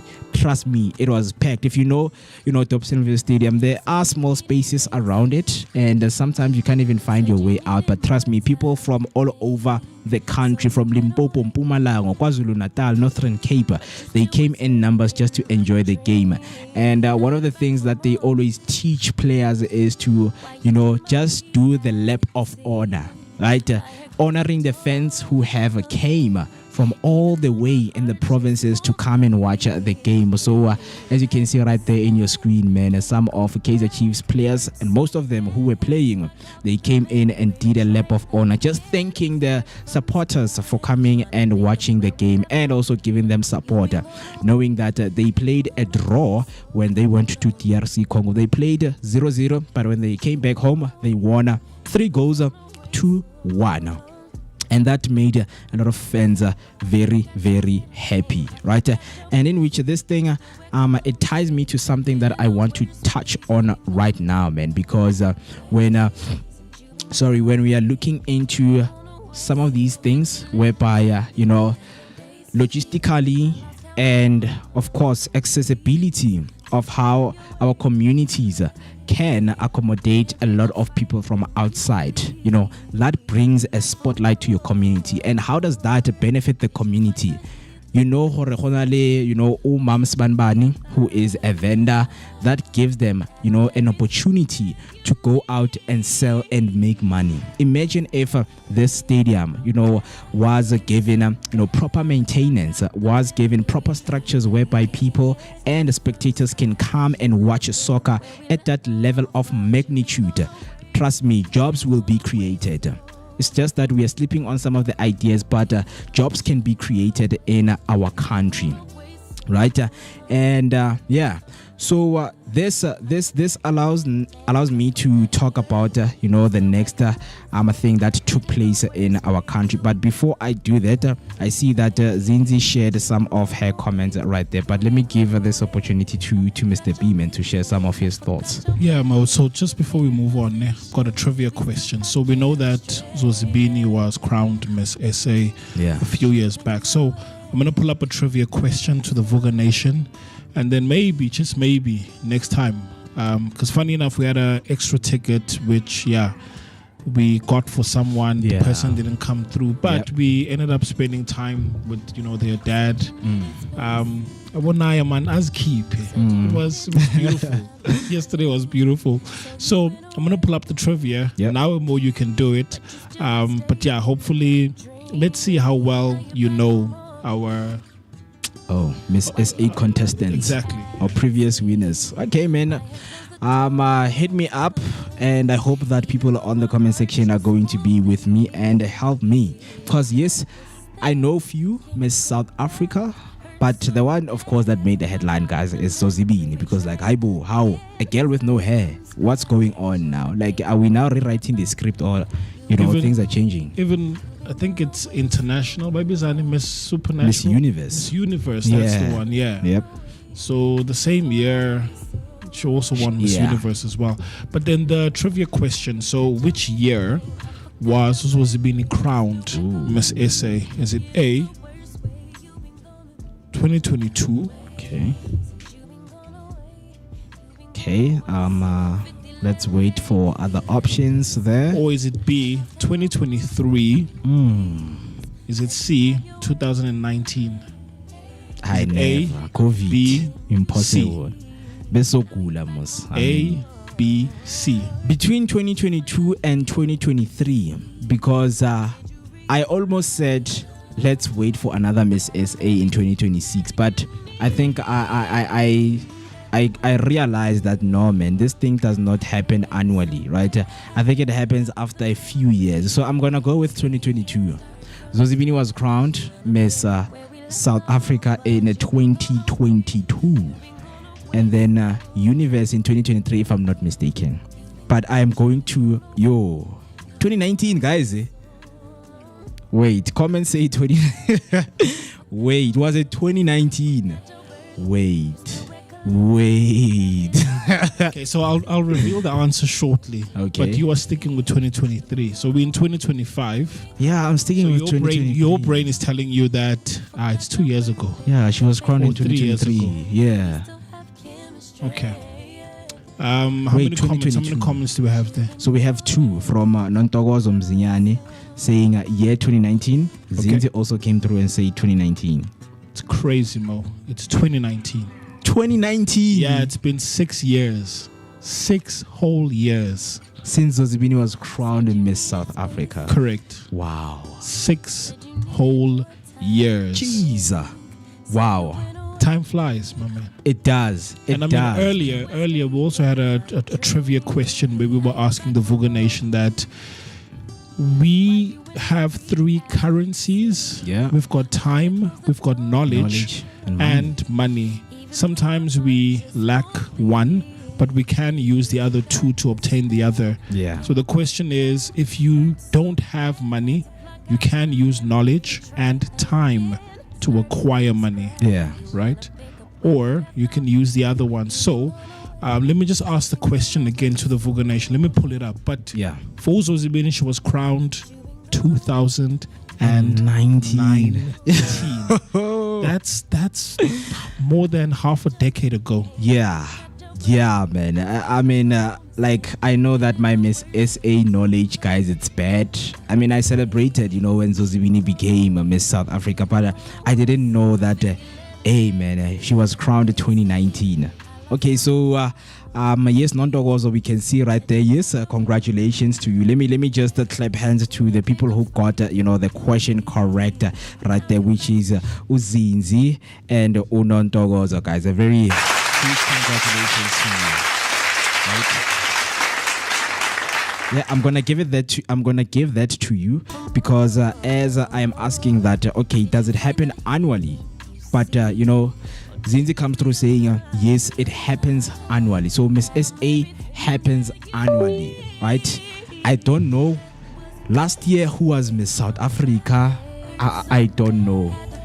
Like, is it a thing? Okay, it's the few who are announced, nationally, on our televisions and things like that. But yeah, Zozibini 2019, Miss South Africa. Wow, time flies, man. It really, really flies. I mean, It also really flies. in COVID 2020, we also had Miss crown- SA. Yeah, in 2020.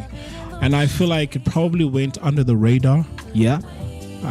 But I think it shouldn't have, because remember, 2020, everyone essentially, Yeah. most of us are watching TV, we're on our phone, social media, so we're not as outgoing as we are right now. Yeah. But for some reason, it really went under the radar. Wow. Yeah.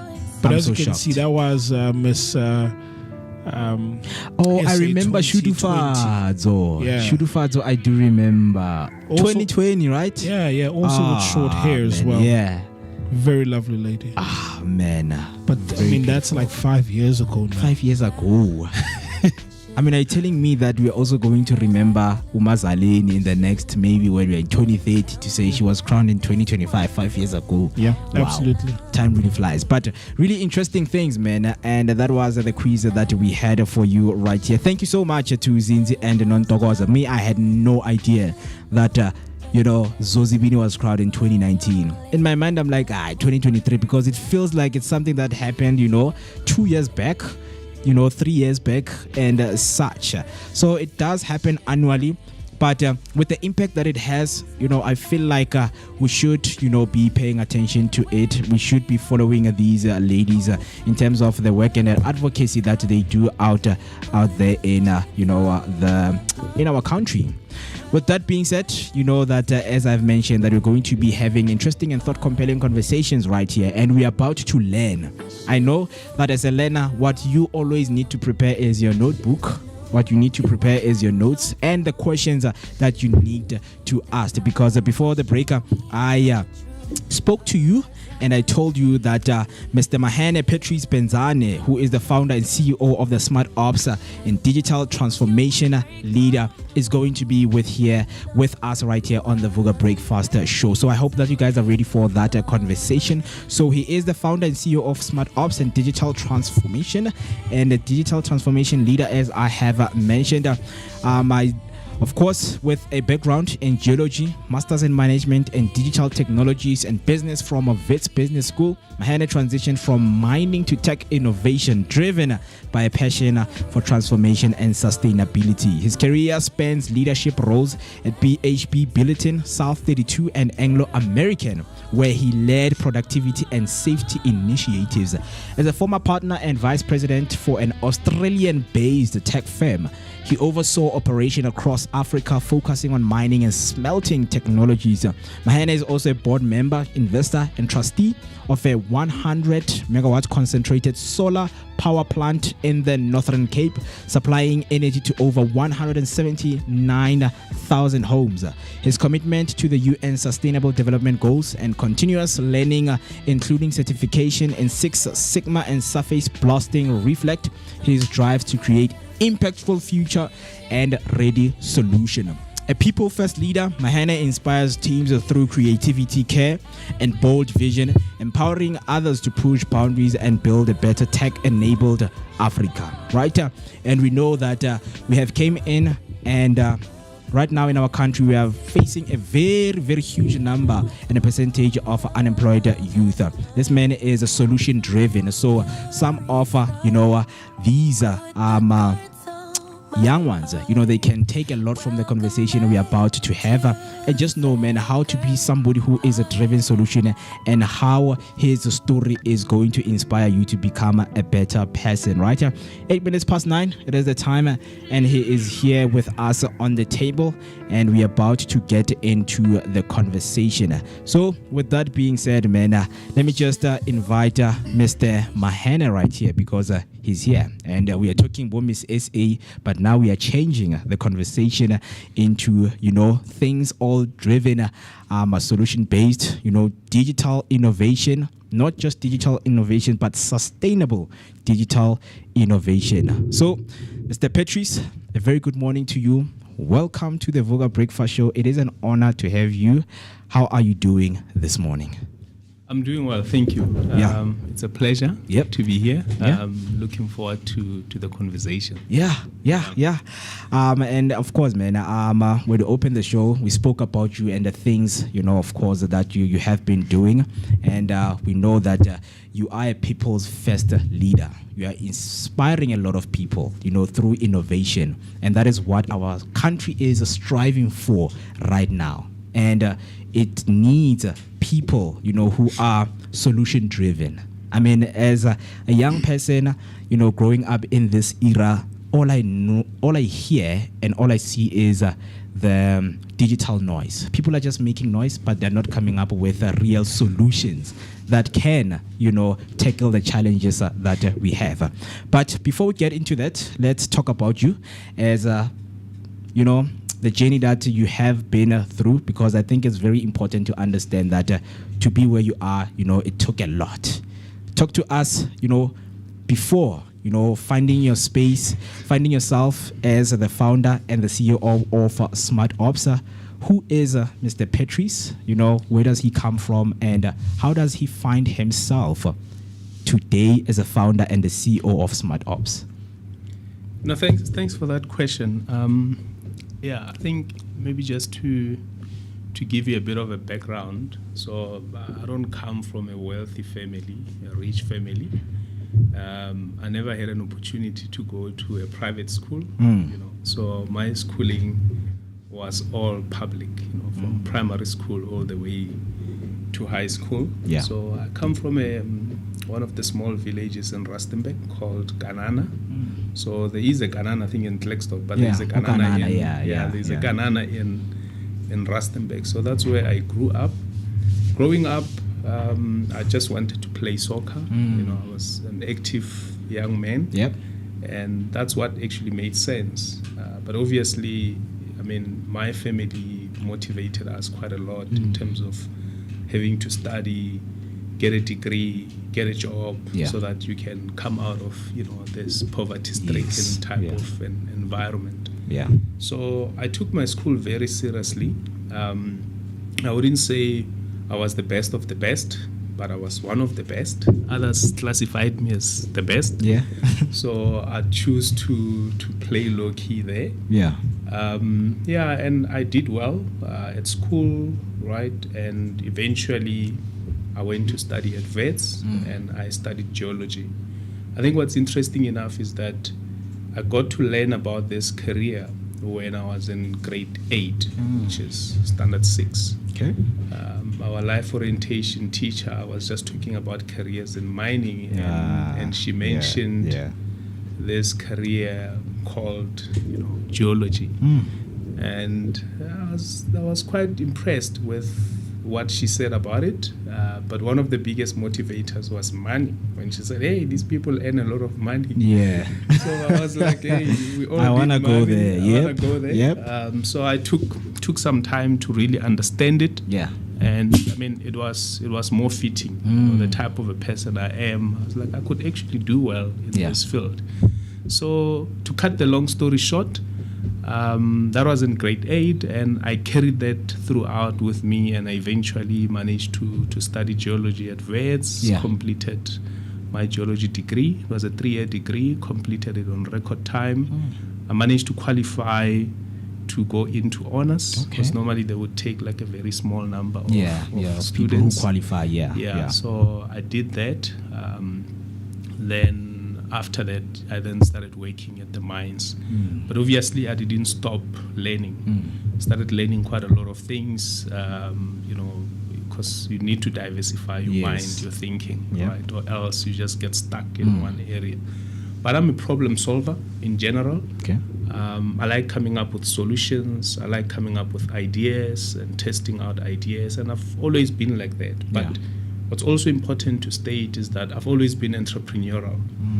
From my early days, I've sold things. I've sold kotas, I've sold belts, I've sold those pouches, the pouches that the ones elders used to put a phone on and they put it on the belt.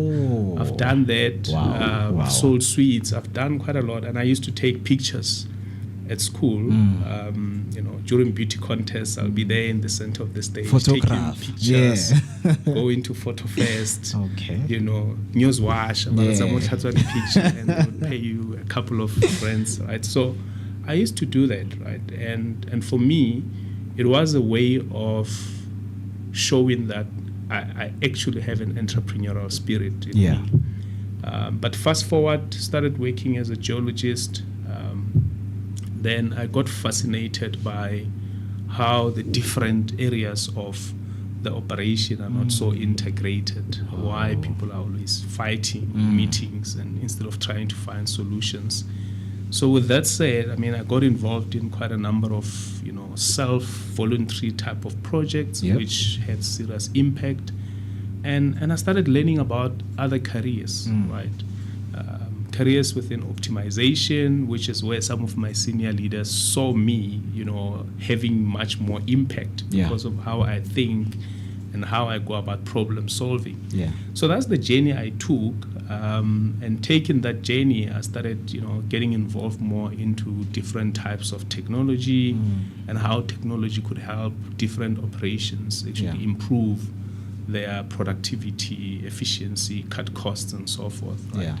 So that has been my journey from the education side of it. And like you said, as part of the introduction, I do have a master's in digital businesses, digital technologies, which I did at Wits Business School. I think it was before COVID. It was a 1 year, I did it full time, so finished it on record time as well. So I will be doing my PhD very soon. All the best, man. And I'll be doing PhD in a specific topic within public safety in general, right? And I think as part of our discussion, when we start talking about Tiba Ngozi, you'd understand where that passion actually comes from, right? So studying smart ops, it was a way of me saying I really need a space or an environment where I can thrive without having any form of restrictions. Right, I get frustrated when something so small needs to go through 100 million, trillion. There's a new term now. People are using trillion. Trillion people to get something small done. So I was like, you know what? I'm better off maybe on the other side, where I can create solutions without having any form of restriction, and where I create solutions that any of our clients needs to uptake. Yes, I don't mind walking that long journey with them before they actually put a signature on paper. But that's pretty much what my journey has been like. And it's been quite exciting. And obviously, Starting a business, it's not child's play. Yeah. You need to really have, the guts and the grit to keep on going, because as you start out, it's very difficult. Opportunities are limited to certain individuals. Exactly. People have certain individuals and Connections companies that and things they like that, prefer, yeah. connections and all that, right? And if you think about it, talking about connections, it actually kills young innovators as well, because you might be innovating, but you can't get this thing to go through certain channels, because I need my friend to be the one who does this, right? But let's not go into the controversies. But, of course. Yep. So that's pretty much what my journey has been like. Yeah. Quite a journey that you have, man. Because I just love when you say you are solution orientated, because I think that's what we lack nowadays. Yes, we have platforms and mediums have been created for us to complain, but now we don't have that thing of now going out to say, if I am complaining or as a complainant, there is a solution. But now you rather say, I want to complain because I want to be heard with with what is happening. And you also mentioned that in meetings, people will fight over things and not come up with solutions. Guys, can you please move on from this thing, right? But now I think I want us to go, into Tiba Ingozi, and of course the Smart Ops, and as a digital transformation leader, right? Talk to us that, okay, what sparked the idea of you now starting this company, and what is it that was bothering you so much to a point that you started this, and what kind of solutions are you bringing in the challenges that are out there? Yeah, no, thanks for that question. So to start off with, what really bothered me, I'm going to look at it in different dimensions.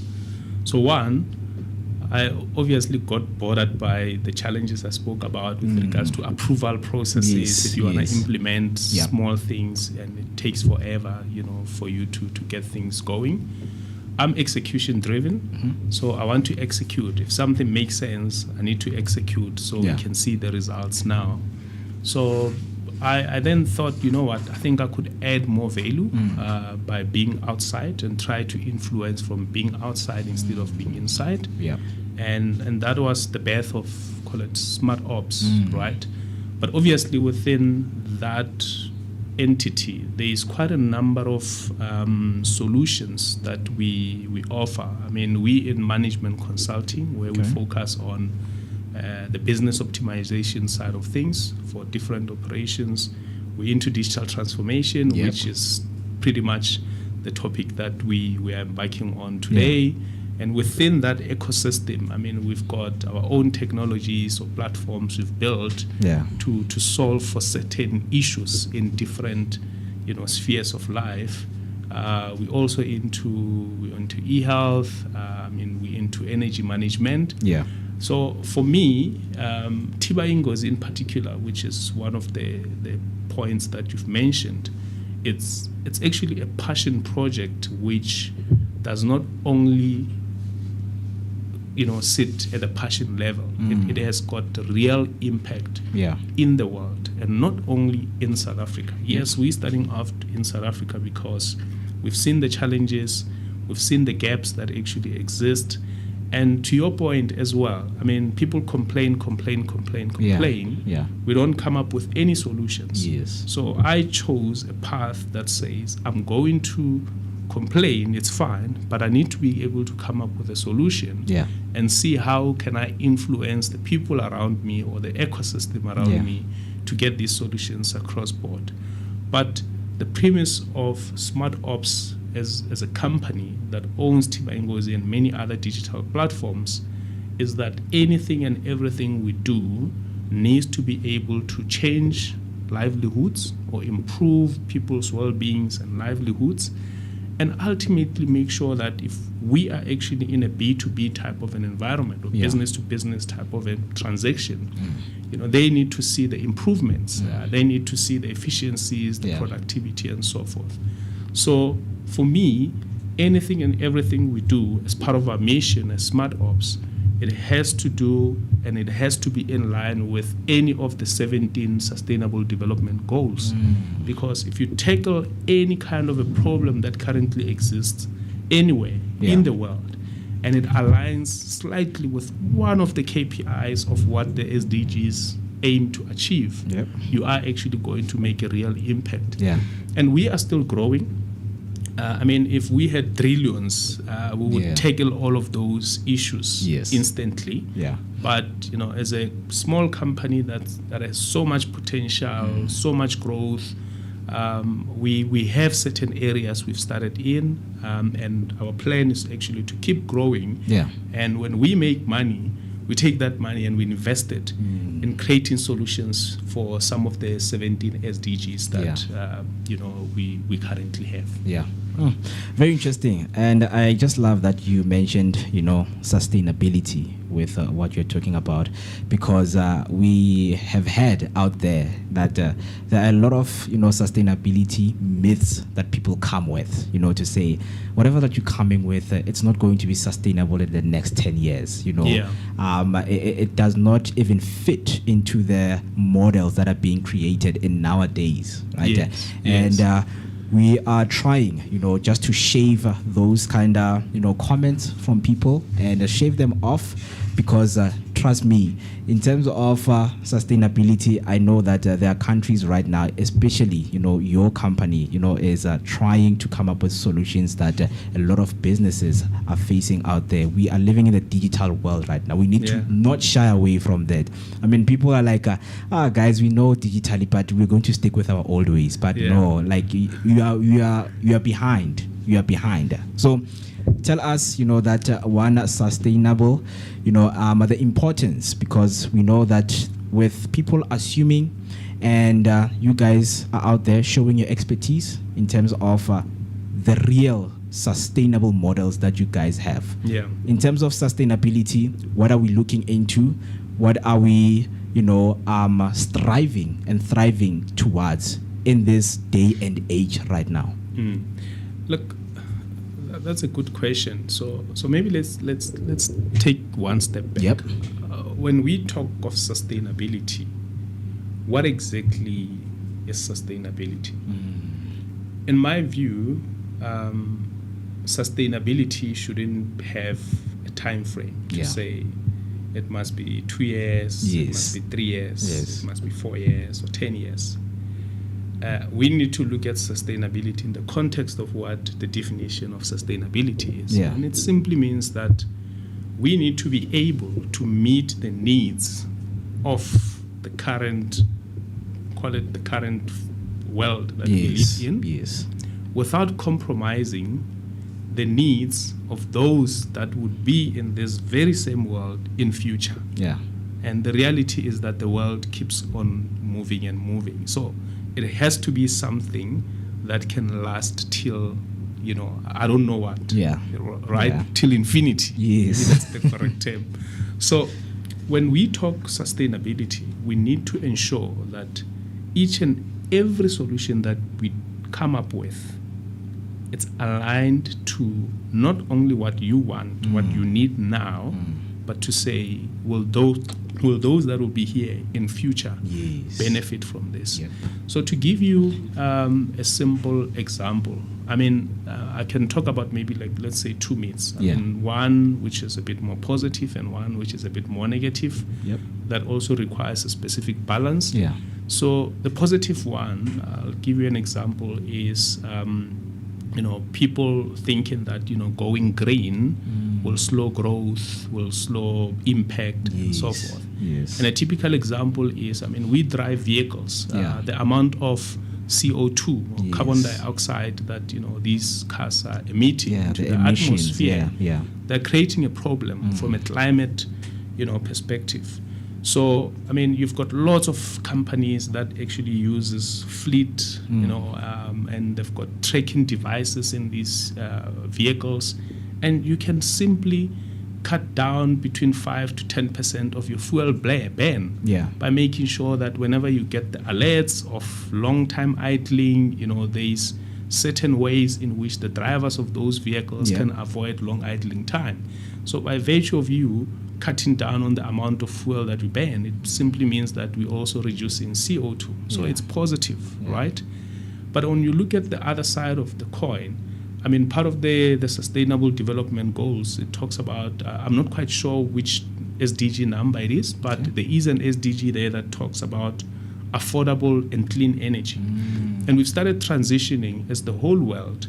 That's number 7. Number 7. It's number 7. Yeah. Okay. Thank you. Yeah. Yes. There are quite a lot. So Yeah. to memorize them sometimes. Yes.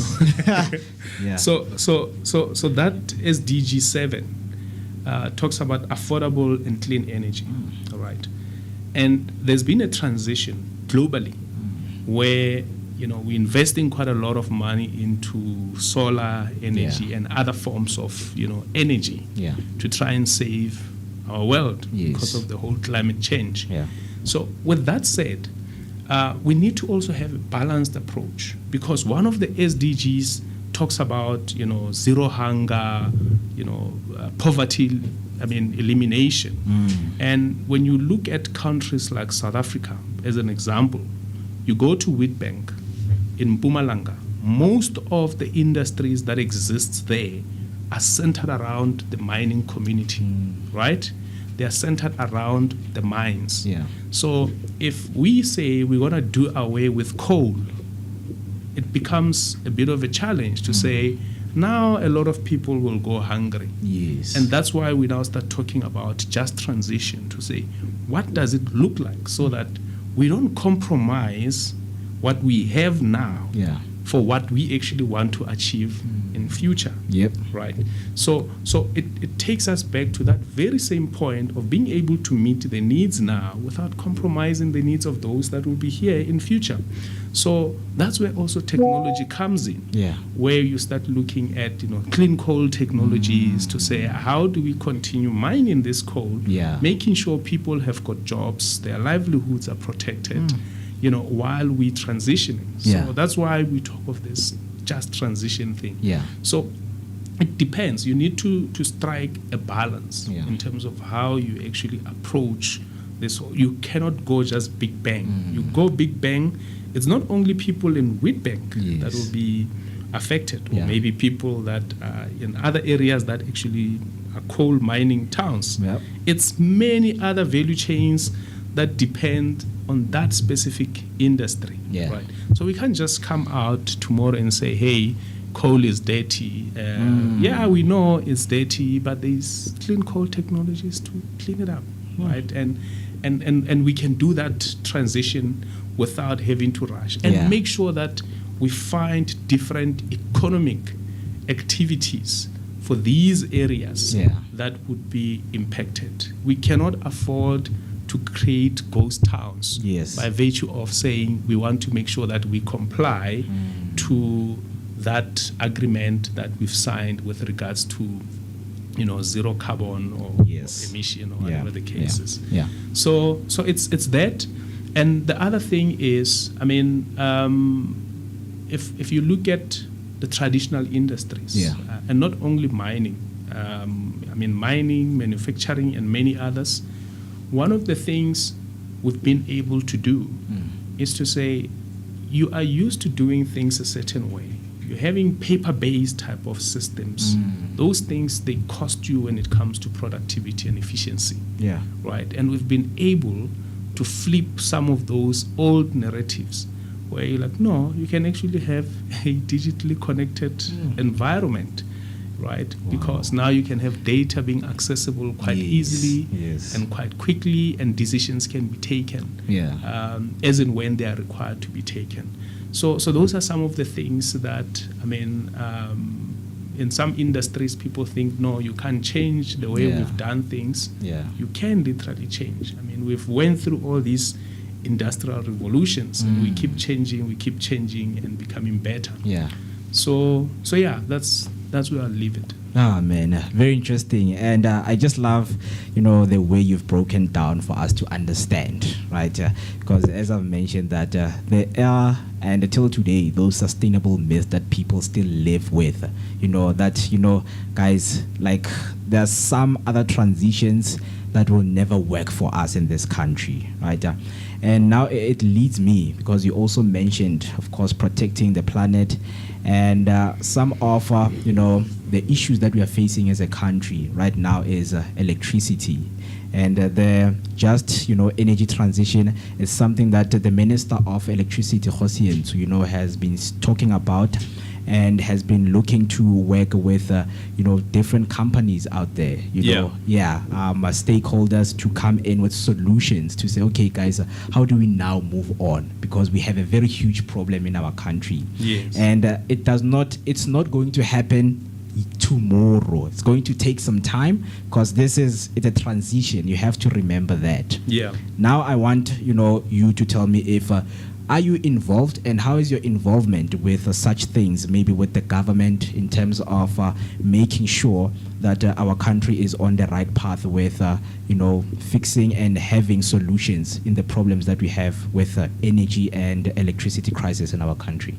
Yeah, so I don't necessarily have a direct involvement. Yeah. But I am quite aware of what's happening in that space. Yeah. Given that we in part of our solutions is energy management, right? And within the energy management, it's obviously playing our mini role that we can play wherever we are. Whether it's a provision of solutions that makes the mine to reduce their carbon emissions, whether it's a solution that makes the building to become a smart building so that you don't use as much energy as you would have traditionally used. Yeah. And if you think about the concept of supply and demand, by virtue of doing all these smart energy type of technologies, I mean, we are also creating not so much of a strain from the government side in terms of energy provision into the grid. Yeah. So our biggest play is within the smart energy management type of it, to say, yes, we might be having all these many initiatives, because building a plant is something that doesn't just happen overnight, right? There's those programs, the renewable energy, REIPP, I think triple P programs that actually exist, that you would have to go through them. But I mean, if you have to make an entire mall smart, those are the things that we would easily come and do. If you want your mining operation to burn less fuel, we'll be able to do that. But the impact is quite huge, because you are then also reducing your carbon footprint, right? So you would know that, for instance, Eskom, has established a division that looks into the renewable energy space, like you were saying, partnering with other institutions, private companies. They call it private partnership, public-private partnerships. I think those things are all in there. And it's being led by one of the smartest gentlemen that I've had a privilege of knowing or working with previously. His name is Rivoningo Mnisi. So he's a group executive looking after that particular division. And I think it would be very interesting if you can have him around. Please. To just come and talk more about that specific area, what they're doing, and what that means to the country, and part of the strategy that Eskom ultimately wants to achieve. Yes. Right? So I think it would be very interesting to have a conversation with people like him. And obviously, that part of the profile, being involved in one of the other renewable energy projects. But the core of what we focus on as Smart Ops is, how do we help you reduce your carbon footprint with what you already have right now, without having to do any major investments. So everybody has got to play their part, right? You create a plant, good enough. We're going to use the sun to get power. But Mahene comes and it's like, hey, you can't keep running your building like this. Let's find ways of making sure that we can reduce your consumption. So they all contribute towards the same thing. And ultimately it means we might not need as much coal as we actually need, right? So that's the space that we play in. Yeah, interesting. And another thing, when you just pay attention to what is going on in our communities, if there is a crisis, you'll hear people playing, with ways around, with like greed. No, your section must be taken out of the grid, because it's heavy, it's causing, these breakdowns to the power plants and things like that. So, what is a smart grid, smart appliances, and what impact do they have on the grid in general? Yeah, I mean, so when we talk about what a smart grid is, I mean, it will take us back to the whole supply and demand type of a thing. I think there is quite a lot that has been done to make sure that there is the right solutions and technologies to be able to understand that dynamic demand and supply amongst the different areas. So a smart grid for me, it's simply to say, look, we can easily anticipate what the demand is going to look like in this particular area compared to that particular area. And all that boils down to data or information. So if you don't have the right tools and systems at the control room level to be able to have a view of what the demand looks like, I mean, in Dobsonville, during this time of the day, and how the demand looks like in this particular area during the times of the day, it becomes very difficult to really understand. And I think those basic type of systems or solutions are already in there. Then it's a matter of saying, how do we then plug artificial intelligence so that we don't actually get surprised when the demand all of a sudden just spikes, right? And that's why you start hearing terms like, the energy availability factor and all those things. Those guys are very smart. So they understand very well what is required and at what percentage do we need to have this so that we can be able to satisfy the demand that actually exists within our country, right? But I mean, also you have illegal connections. Those also pose a bit of a challenge in the entire ecosystem. And I mean, the government, it is doing what they're supposed to be doing to make sure that they can actually deal with that, right?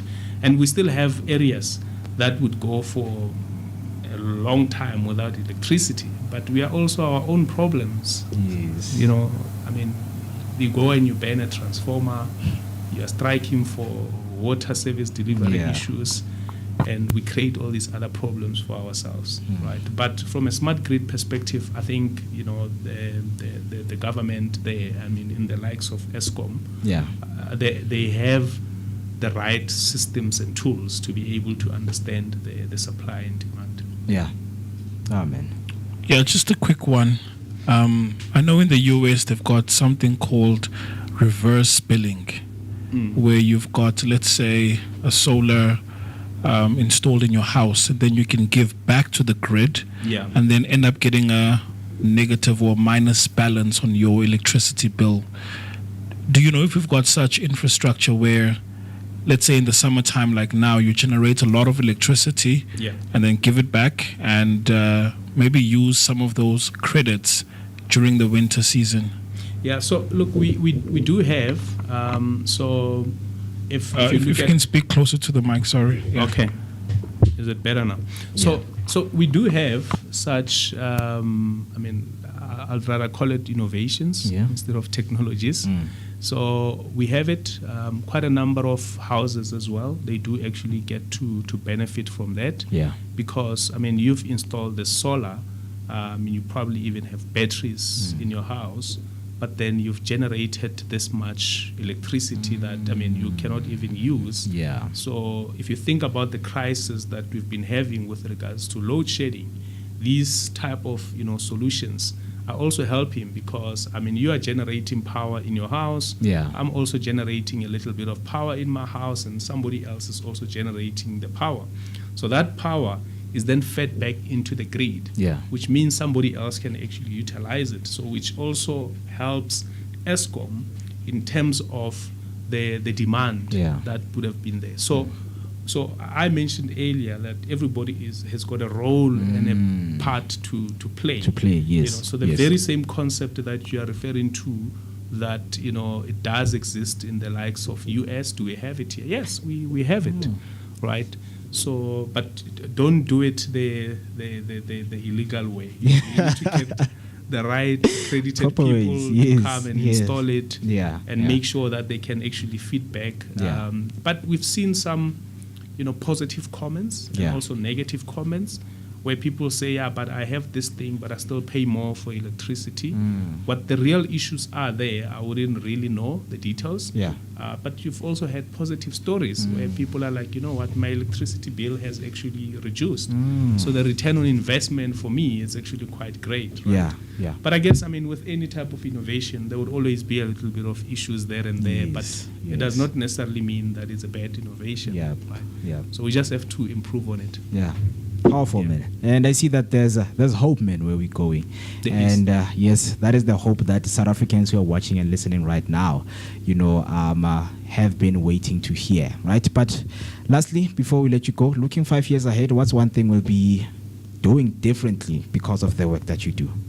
Yeah, so two things, right? So the first one is we are investing quite a lot of time in terms of having to create e-government solutions that would help in terms of service delivery. So service delivery in South Africa is very poor. Yeah. Whether we like it or not, even if a politician can come here and try to argue and say that city is better than this city, and I think you've seen all those recent, of course, where the president said something and it's interpreted this Yeah. way, and this Yeah. one said, no, this is what I meant, It but I don't want to is. get into that. But the truth of the matter is that Yeah. service delivery is not great. And I think the government is also realizing that you need to have a connected type of a country. Yeah. Right? If I've got an issue with the best pipe, I need to be able to report it digitally. And somebody needs to come. I need to be able to track the ticket without having to suffer, catch a taxi, go to municipality, and you don't get to the right people. So the service delivery part of it, I think for the government would be one of the things. Yeah. Two, the public safety side of problems that we have in South Africa. Crime is very high. The issues we have with regards to gender-based violence, and we've created this Tiba Ingozi platform that we believe will become the Facebook of safety. You've already seen that now with the new e-hailing regulations. Yes. They require a panic button Yeah. in the vehicle. You might have two panic buttons that is also accessible by the rider. Yeah. But if you think about it, I press that particular panic button. Who does the tracking company call? They call the owner who authorized the installation of that Yes. tracking device, Yeah. or they call the driver. So they'll never get to know whether the rider was actually the one that had issues, yes, right? yes. That's one aspect. And our solution in that particular ecosystem, we've created a solution that is specific for the e-hailing industry, where riders and drivers can link their profiles before the trip, and they both have control of activating any emergency, and we who's around them can be able to see that that vehicle, this individual is in danger, and so forth. Yeah. And crime as well, which is a bit of a problem, where somebody has actually committed crime and we take many years, many months to actually find them. What we would be doing differently with regards to the platform we've created is that we can distribute you, when you commit crime now, and let's say we've got 20, 30 odd million users in the platform, we can distribute you now instantly, and everybody receives the picture and they know that you are wanted. So we don't have to focus more into the old traditional ways of saying Mahene has committed crime in this area, let's post him on Facebook and hope that somebody will actually find them, right? So that's the other aspect. People go missing, right? We know that. The platform we've created will now make it much more easier utilizing the AI that's in there, because your missing loved one might now actually be a homeless person somewhere, and you can actually snap a pic. It doesn't matter how they've changed. It will literally still show that this individual is so and so and has been reported as lost. and you can be able to get them to be reunited with their families. So I think in terms of being proactive from a public safety side of things, it's one of the things that I believe our work with Tiba Ingozi would also help the likes of, your police officers, your security companies, as well as your traffic call it department officials. I mean, if you report a crime now here, who's the most suitable person to assist you? Is somebody that's actually close by, and you might be having a van going around without knowing. It's roaming around, and they can get that notification. Other people can get that notification, and you can get help quicker. And the other pandemic that we have with regards to gender-based violence. I mean, I'm in my house, I'm getting assaulted, right? And I still need to do what? Get out of the house. If I manage to get out, go report, scream, whatnot, but I can simply using Tibango's click a button, everybody else can come. And we also, decentralizing how security industry operates, right? I don't need to have an alarm system, expensive, hardware that I pay monthly. I can easily just pay a very small fee, and whenever I need an armed response, where I'm stuck on the road or I'm at home, I can be able to get that type of assistance. So looking down 5 years, like you said, part of what we are doing that would literally change how things are being done, we strongly believe that we've actually created the right type of solution. And it is a sustainable solution because it solves one of the sustainable development goals. And one of those goals is sustainable cities and towns. And it talks about safer transport. And that's where, the whole, trip linking, the e-hailing sector part of it. And the challenges that comes with that. But, peace, justice, it's also one of the critical things. I mean, if we don't have peace, if we don't have justice, it becomes a bit of a problem. If we've got crime-stricken type of towns and communities, we have an issue. We will struggle to attract investment.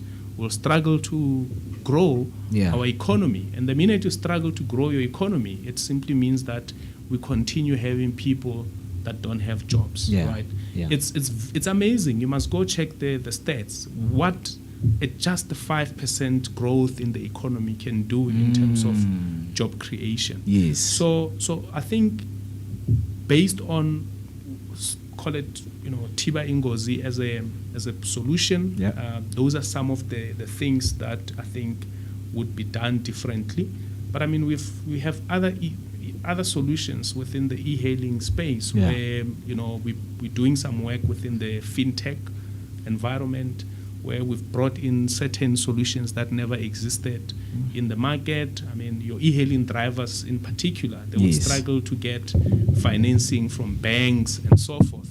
So now it makes it much easier for them through the digital ecosystem we've created to get financing, own the vehicles, without having to worry about having to hire a car from Umahene, And the new regulation in the e-hailing also creates a bit of a challenge. I mean, I need to have the operating license, I need to comply to this and that and that. And if I've borrowed the car from Mahene, he can simply just take the car whenever he wants to. So ownership of a vehicle becomes important. And the quality of cars that you will start seeing on the road, particularly for the e-hailing industry. I mean, we are the first people to come up with that type of a model and be able to convince the banks that, hey, you can actually finance this type of an ecosystem, and this is the best way of actually doing it.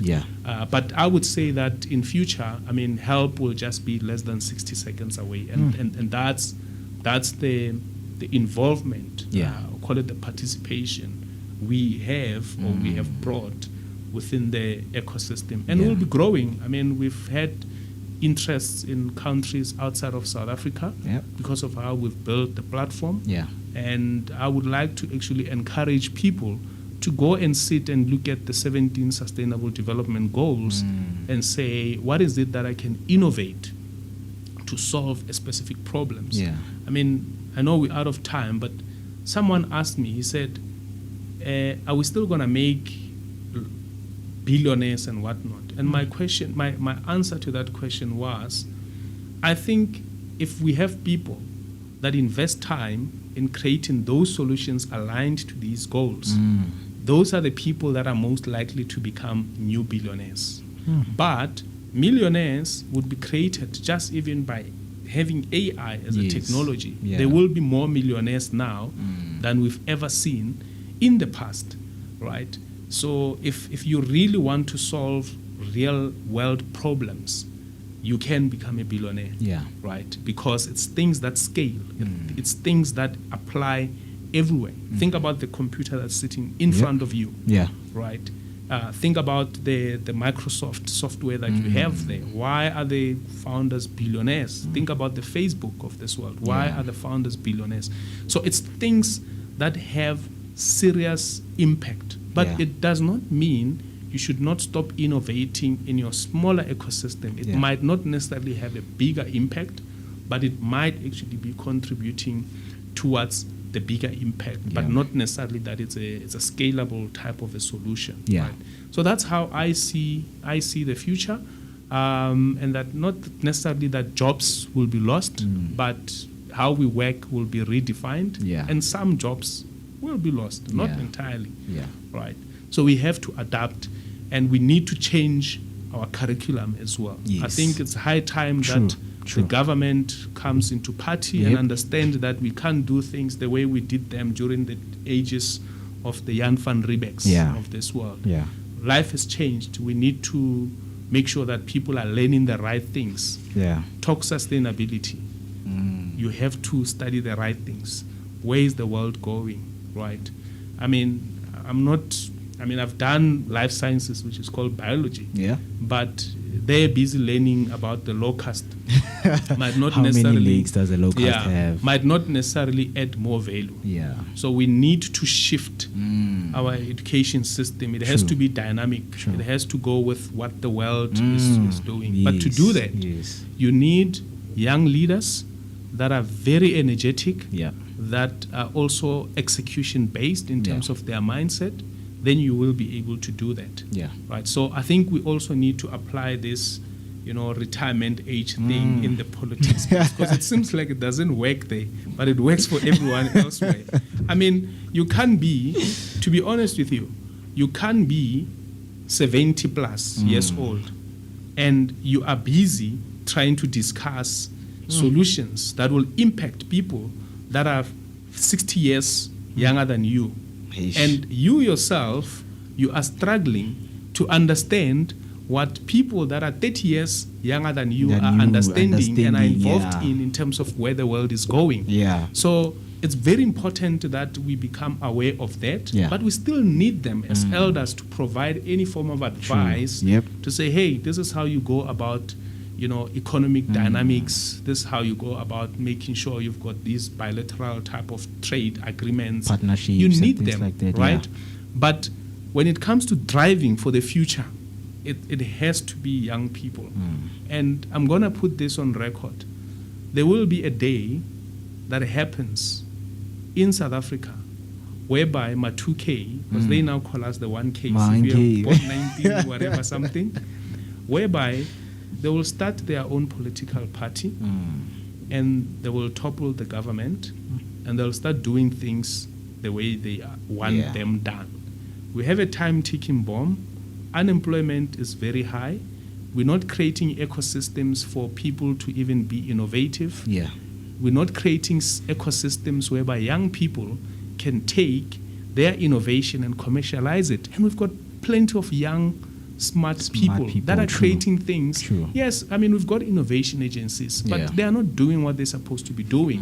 What's stopping us from creating a Silicon Valley of Africa in South Africa, so that people outside, they now start looking at us and say, what innovation is coming from South Africa to change the world? We cannot always keep on looking at Silicon Valley and say, what is China going to do next? And when we've got all these things in here. So we've got a time-ticking bomb, and the day the 2Ks decides to start their own party called my 2K political party, right?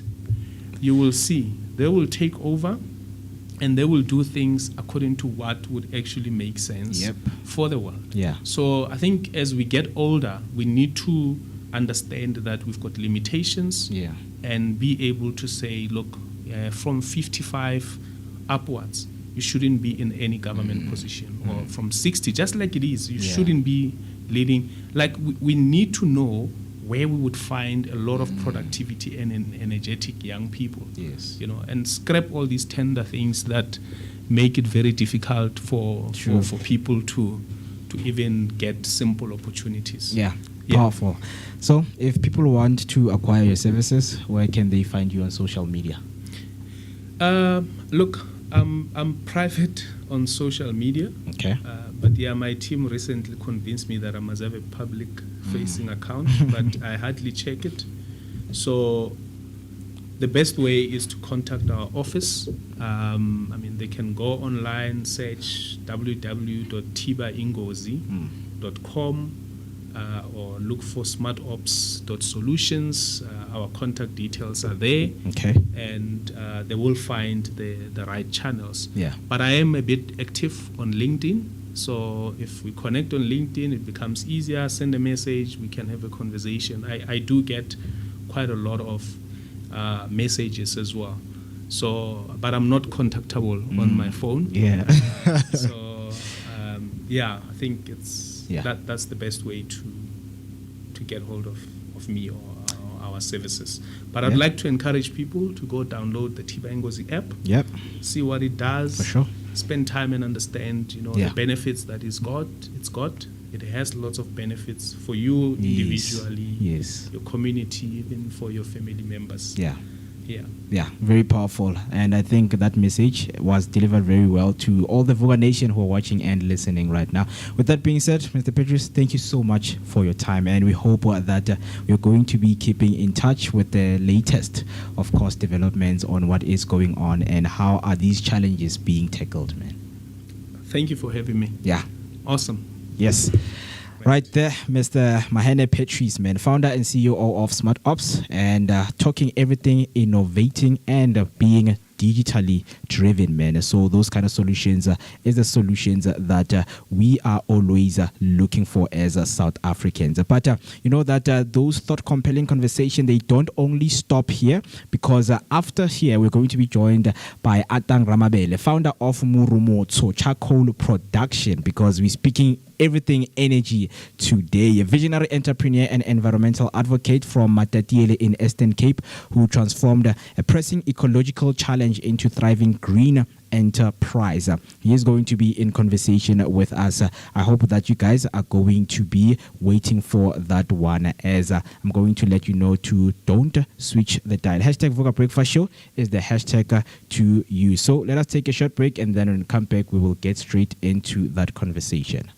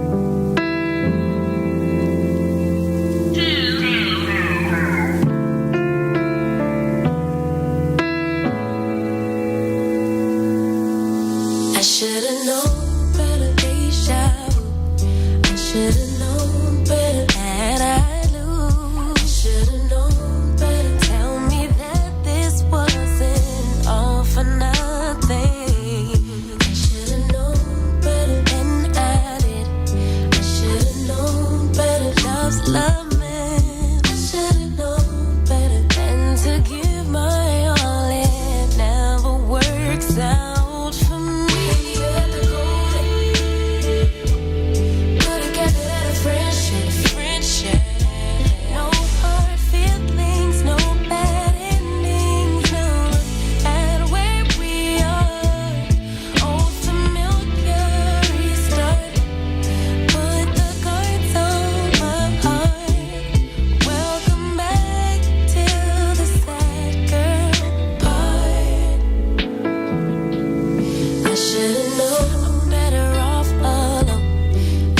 should've known. When you were hiding your phone, I should've known. That time would show me your true colors. I feel I would play the fool. I should've known. You would break all rules. I should've known. You wasn't ready to be a lover for me. Would've kept it at a friendship. No bad endings, no hard feelings. Now look at where we are. Familiar, restart. Put the guards on my heart. Welcome back to the sad girl part.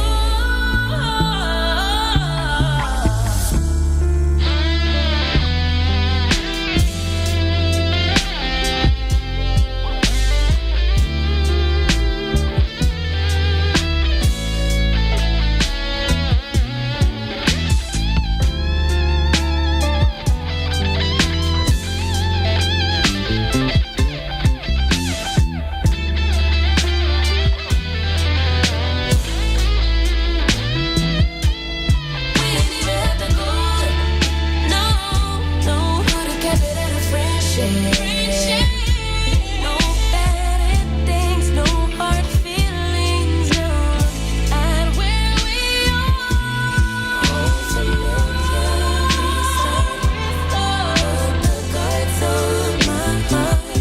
Welcome back to the sad girl part. Old familiar, restart. Put the guards on my heart. Welcome back to the sad girl part.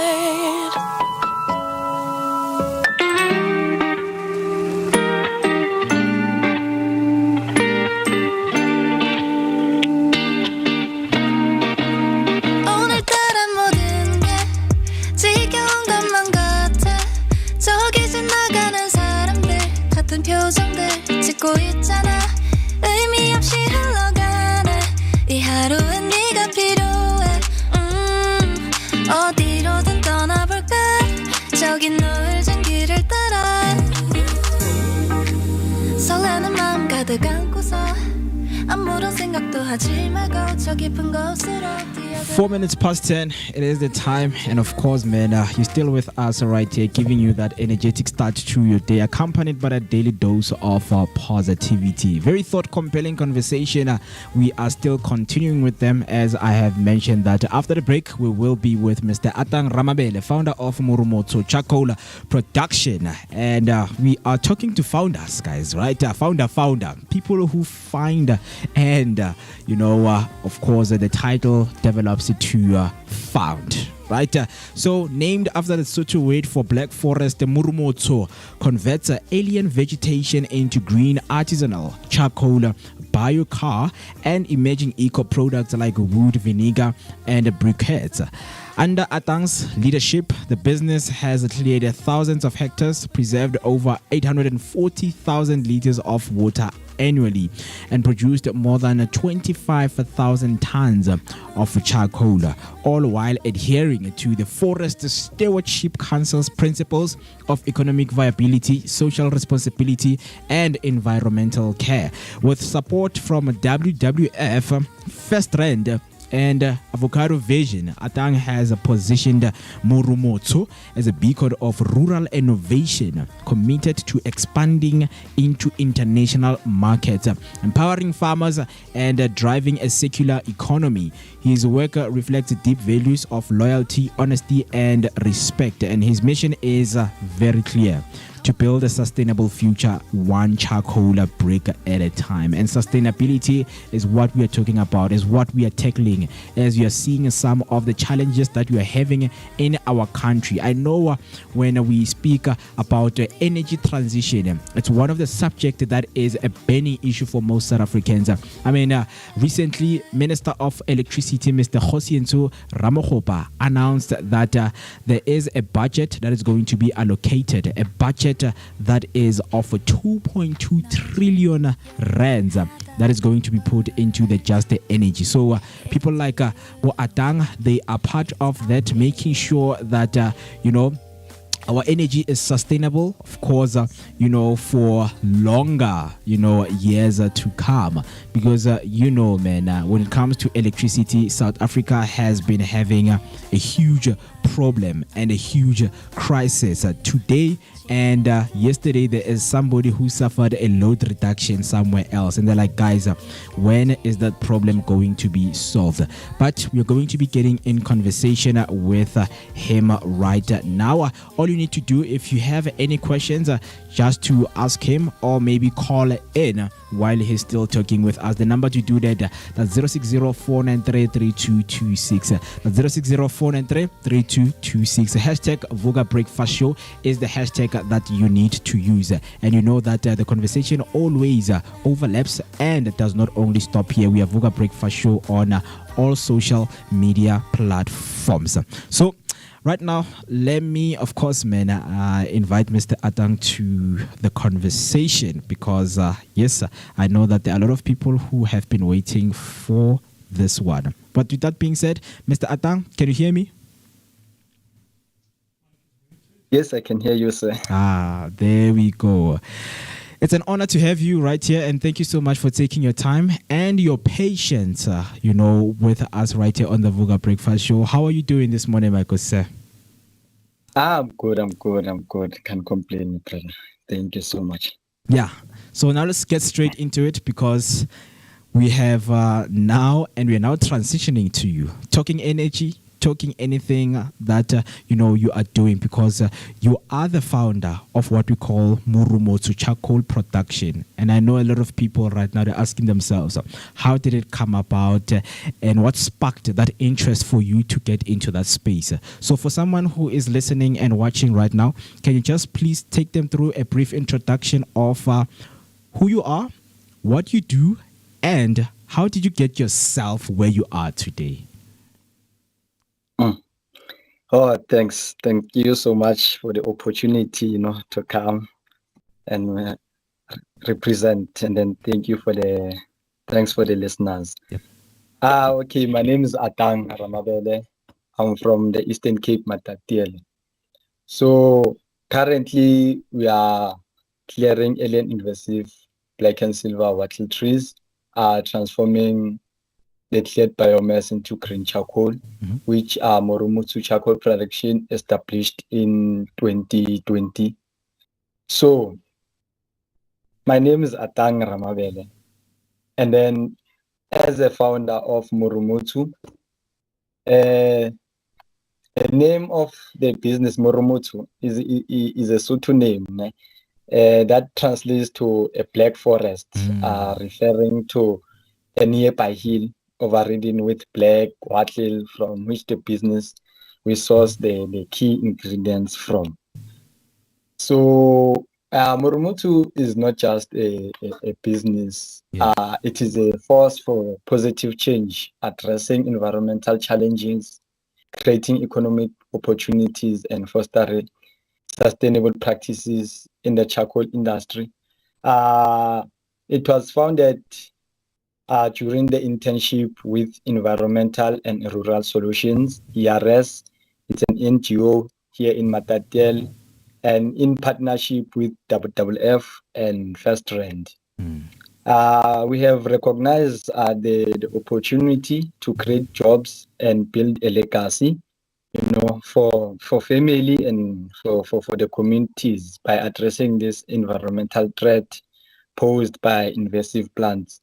So, as the custodian of Matatiele charcoal producers, Avocado Vision played a pivotal role in facilitating the business by making sure that it grows and securing the funds and providing essential incubation training, which like money for sure, business growth plan, clearing to grow, green business value chain. So those trainings they equipped every entrepreneur to to understand their value chain and their business model. So coming into invasive alien plants, as we know that here in South Africa, it's a major threat to biodiversity in catchment areas, potentially disrupting the delicate natural balance in ecosystems. It threatens our dependency on biodiversity for water, food, wood, clean air, and medicine. So it is very important that we protect this resource, because every year an estimated of 1.44 billion of underground water is lost to invasive plants in South Africa. So this amount of water loss is enough to provide 3.38 million households with 4 members with water for a year, or to irrigate 120,000 hectares of cropland. The stats are from WWF in 2016. So due to the lack of natural enemies and the resistance to local disease,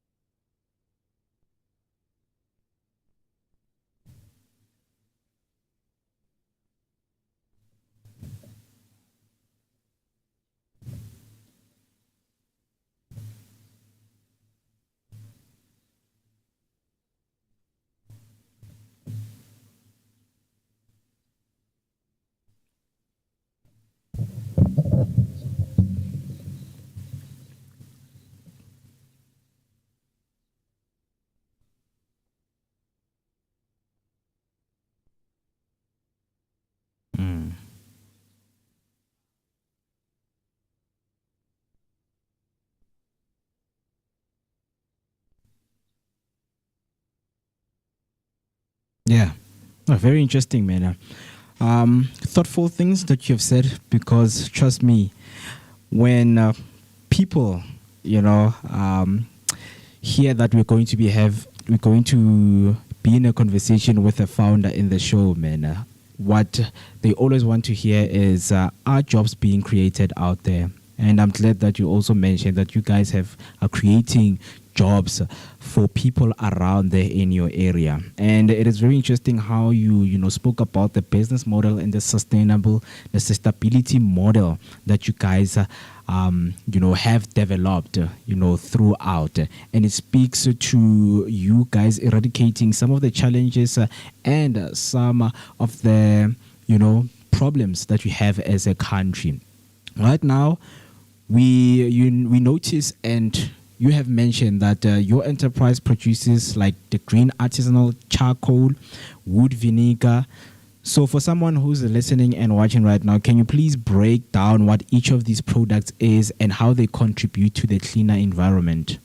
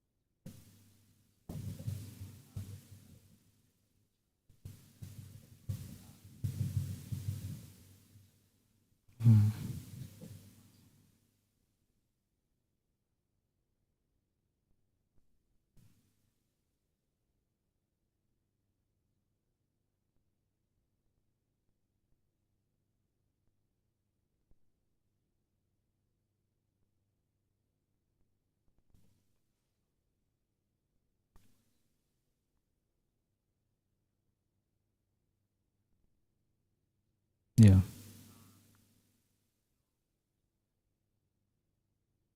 Mm.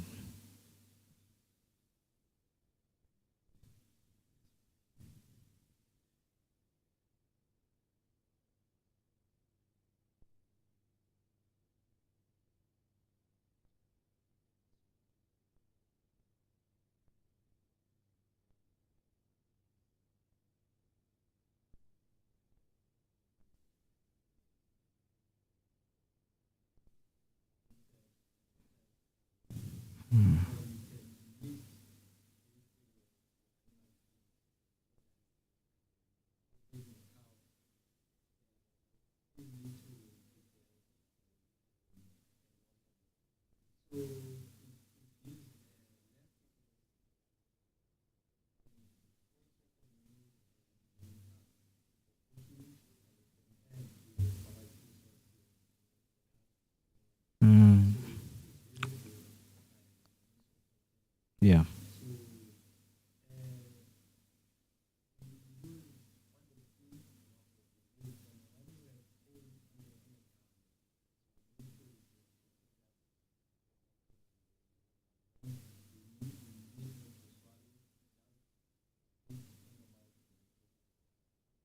You feel better. So it heals your wound. So it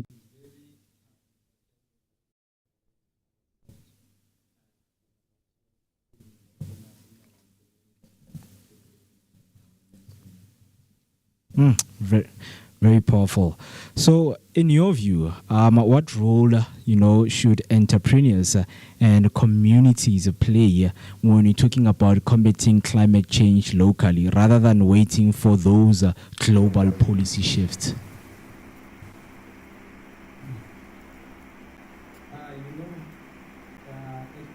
we need to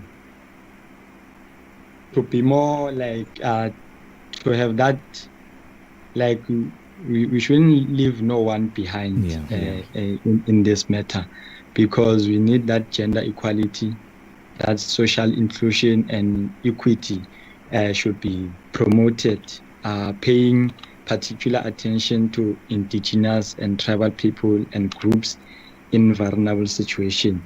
So promoting a just energy transition require centered approaches to planning and implementing, measuring and evaluating our resources, so that we can bring focus and then awareness for the community to have enough skills and empowerment.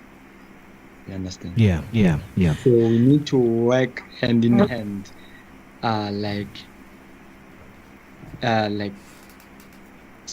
what you call, for the planet and the people and the profit. So those things they should always be work the same, so that we always rely on the things that we are doing. You see.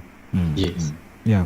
Very interesting. And so finally, in terms of your green enterprise, talk to us. What message would you share with young people who want to turn their passion for the planet into action?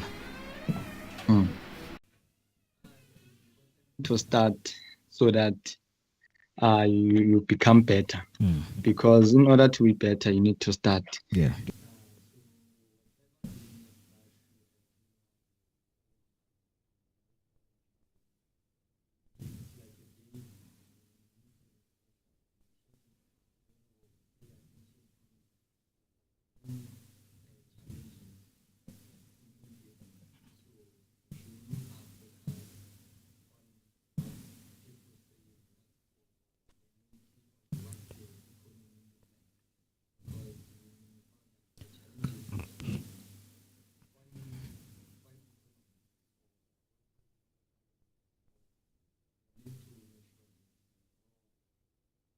Your business, your story of your business, how it relate to the people. Is it measurable? Is it relevant? So that when your product is it's out there people they can able to relate and they can able to use your product efficiently. Yeah. So it is important to start. Yeah, very interesting. So if people want to acquire some of your services and want to know more about you guys, where can they find you on social media or any other medium to reach out to you? Okay, my website it's Morumotsu Charcoal Production.co.za, and they can reach on me on Facebook Atang Ramabele and LinkedIn Atang Ramabele. So, and on my number 076-7344-248. Yeah. All right. With that being said, Mr. Atang, thank you so much, man, for your time. And it was an honor, talking to you. And I know that a lot of people who are watching right now and listening are going to take some of the things and the wisdom of nuggets that you have shared with us. But thank you so much, man. I really appreciate. Yeah. Enjoy the day ahead of you. Thank you. All right, 22 minutes past 10 right there, Vooka Nation, and we were just in conversation with Atang Ramabele, founder of Morumotsu Charcoal Production, named after a Soto word, as he explained to us that it is translated to a black forest. So Morumotsu converts alien vegetation into green artisanal charcoal, biochar, and emerging eco products like the wood vinegar. And under his leadership, the business has cleared thousands of hectares, preserved over 840,000 liters of water annually, as he mentioned right there. So that's some of the conversation, and of course, man, it was really nice to have those conversations on this beautiful Monday. And you know that Monday is all about highlighting some of the people who are making those big moves in our communities. So I just hope that you have taken something for this Monday and looking forward to kickstart your day on a very high energetic note with wisdom that has been shared, because we were in a conversation with Mr. Mahene Patrice Benzane. Right, and then followed up with a conversation with Mr. Atang right here. So that is where, of course, man, we're going to be ending it with those thought-compelling engagement we had, and I hope that you guys have taken something. But with that being said, 24 minutes past 10, it is the time. As we have highlighted that today was that National Day that is being highlighted, which is a National Mentoring Day. That is a day that is being celebrated right now all over.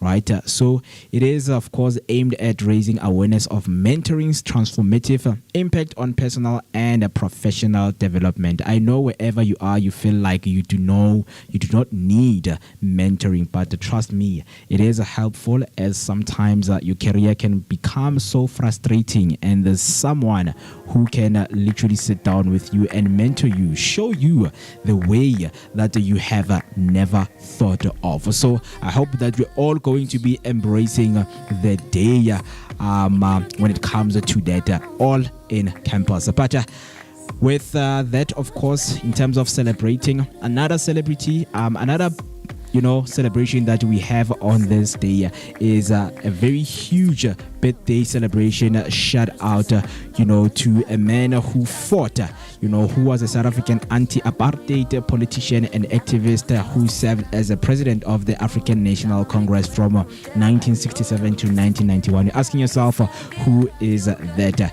And of course, it is the one and only Mr. Oliver Tambo, right? Mr. Tambo, was born, of course, in 1917 and lost his life on the 24th of April in 1993. Today, he would have turned 76 years.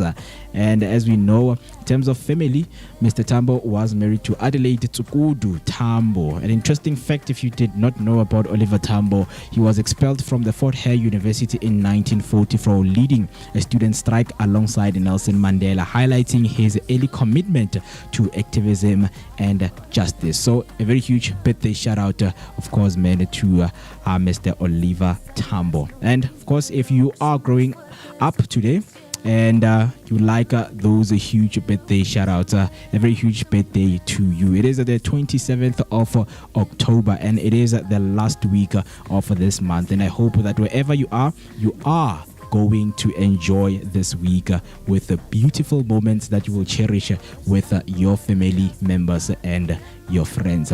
But yeah, that is where we are going to leave you, because the conversation does not only stop here.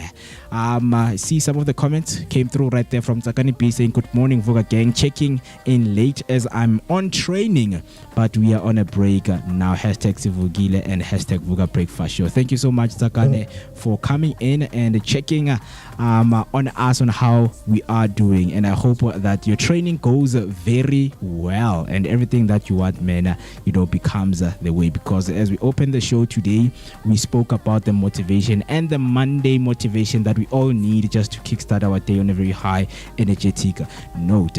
And for book review, of course, I would like to highlight and of course mention Mr. Yeshua Moraka, an author of the Gideon Complex. This is the book that we choose to be the book that we are going to go through. And of course, there is a passage that I want to read for you, which is on page 89. And I hope this is going, of course, to encourage you to get your hands in one of the copies of the book. Yeshua was here. He is, of course, a motivator, an author, speaks everything positive into one's life. So it is very important for you to get his book. But we had the conversation about the book. You can go back and look for the conversation that we had with Mr. Yeshua Moraka. But on this beautiful Monday from the Gideon's Complex, we are taking away from page 89, which is your strength. And as read right there, it says all you need is God ahead of you and the strength you possess. This is not to be confused with trying to do things your own strength. Right? Let me read that for you. Your strength. All you need is God ahead of you and the strength you possess. This is not to be confused with trying to do things in your own strength. So whatever that you do, just remember the power of the strength that you have. So it is a very interesting edition of the Monday motivation right here on the Vooka Breakfast Show. And for those who have joined us till now, I would like to say thank you so much, and your support is very highly appreciated, as the conversation do not only stop here, they further continue to our social media pages. We are Vooka Breakfast Show, and if you want to send us something, dial us something in terms of the voice note being sent, the number to do that at 060-493-3226. That's 060-493-3226. But with that being said, Vooka Nation, thank you so much. It has been fun being with you, and I am hoping to see you on the next one. Same time, same place, right here. My name is Moketi Maimane, aka Max for Maximum Temperature. I am the son of the Mother Nature, and you know generator. So let me sign out. Please love yourself, take care of yourself, and enjoy the day ahead of you.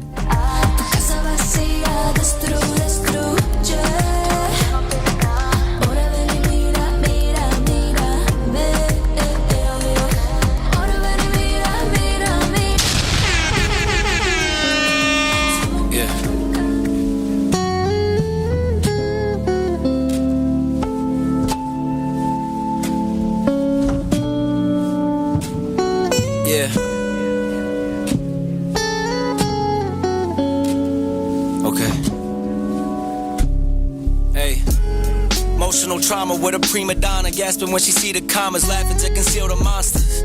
I feel like Kanye when he lost his Donda. When my father left me, you were there to heal the pain I conquered. I never pay you back for what that meant to me. Some scars just fade physically, but never leave mentally. It's where were people spiritually connected turn to enemies, and memories turn to villain origin accessories. And I'm the bad guy yet again. Spent so much time trying to find who the victim is. It's probably both of us, but neither one is giving in. So here we go again, throwing punches at each other's ribs. gut shot, sting like a buckshot. The pain hits deep, it's like my heart becomes a blood clot. Love dots, you're unblocked. Just to get this message, hope you get it on your bus stop. And then the bus crash, your true intentions unmasked. This should have been a fairy tale ending, but you uncast. I know it hurts bad, but you know you deserve that. We'll never have the life we once had. Hey. Emotional trauma with a prima donna. Hey. Yeah. Emotional trauma with you. I got my problems with you, but I can never get away. I wish my brain had a hard drive that I could reset. Wish I made the right decisions, but it's hard to reject. Moving on, but you got me on both sides of the fence. Left your mark forever, that's without a scar on the flesh. Wish that I was sick and didn't hit the bar when we met. And spent my money time with you just to be in this debt. See you happy somewhere else while I've been filled with regret. Try to find someone to blame, but it's just cause and effect. Hey. I thought that was the truth, cause nothing lasts forever, that's except for me and you. Young and unaware of all the shit that we would do. Try to make it out alive, but didn't make it through. Your parents probably hate me, but my mom still always asks if we're getting back together, even though it ended bad. Forward thinking, haunted by the habits of my past. Precious moments with you, girl, you even met my dad. And any girl after you won't ever have the pleasure. So I guess it's part of why it's hard for me to ease the pressure. So many years, so many times I can't remember. Fear I'll lose them all forever. Hey. Yeah, emotional trauma with a prima donna. Yeah, emotional trauma with you. I got my problems with you, but I can never get away.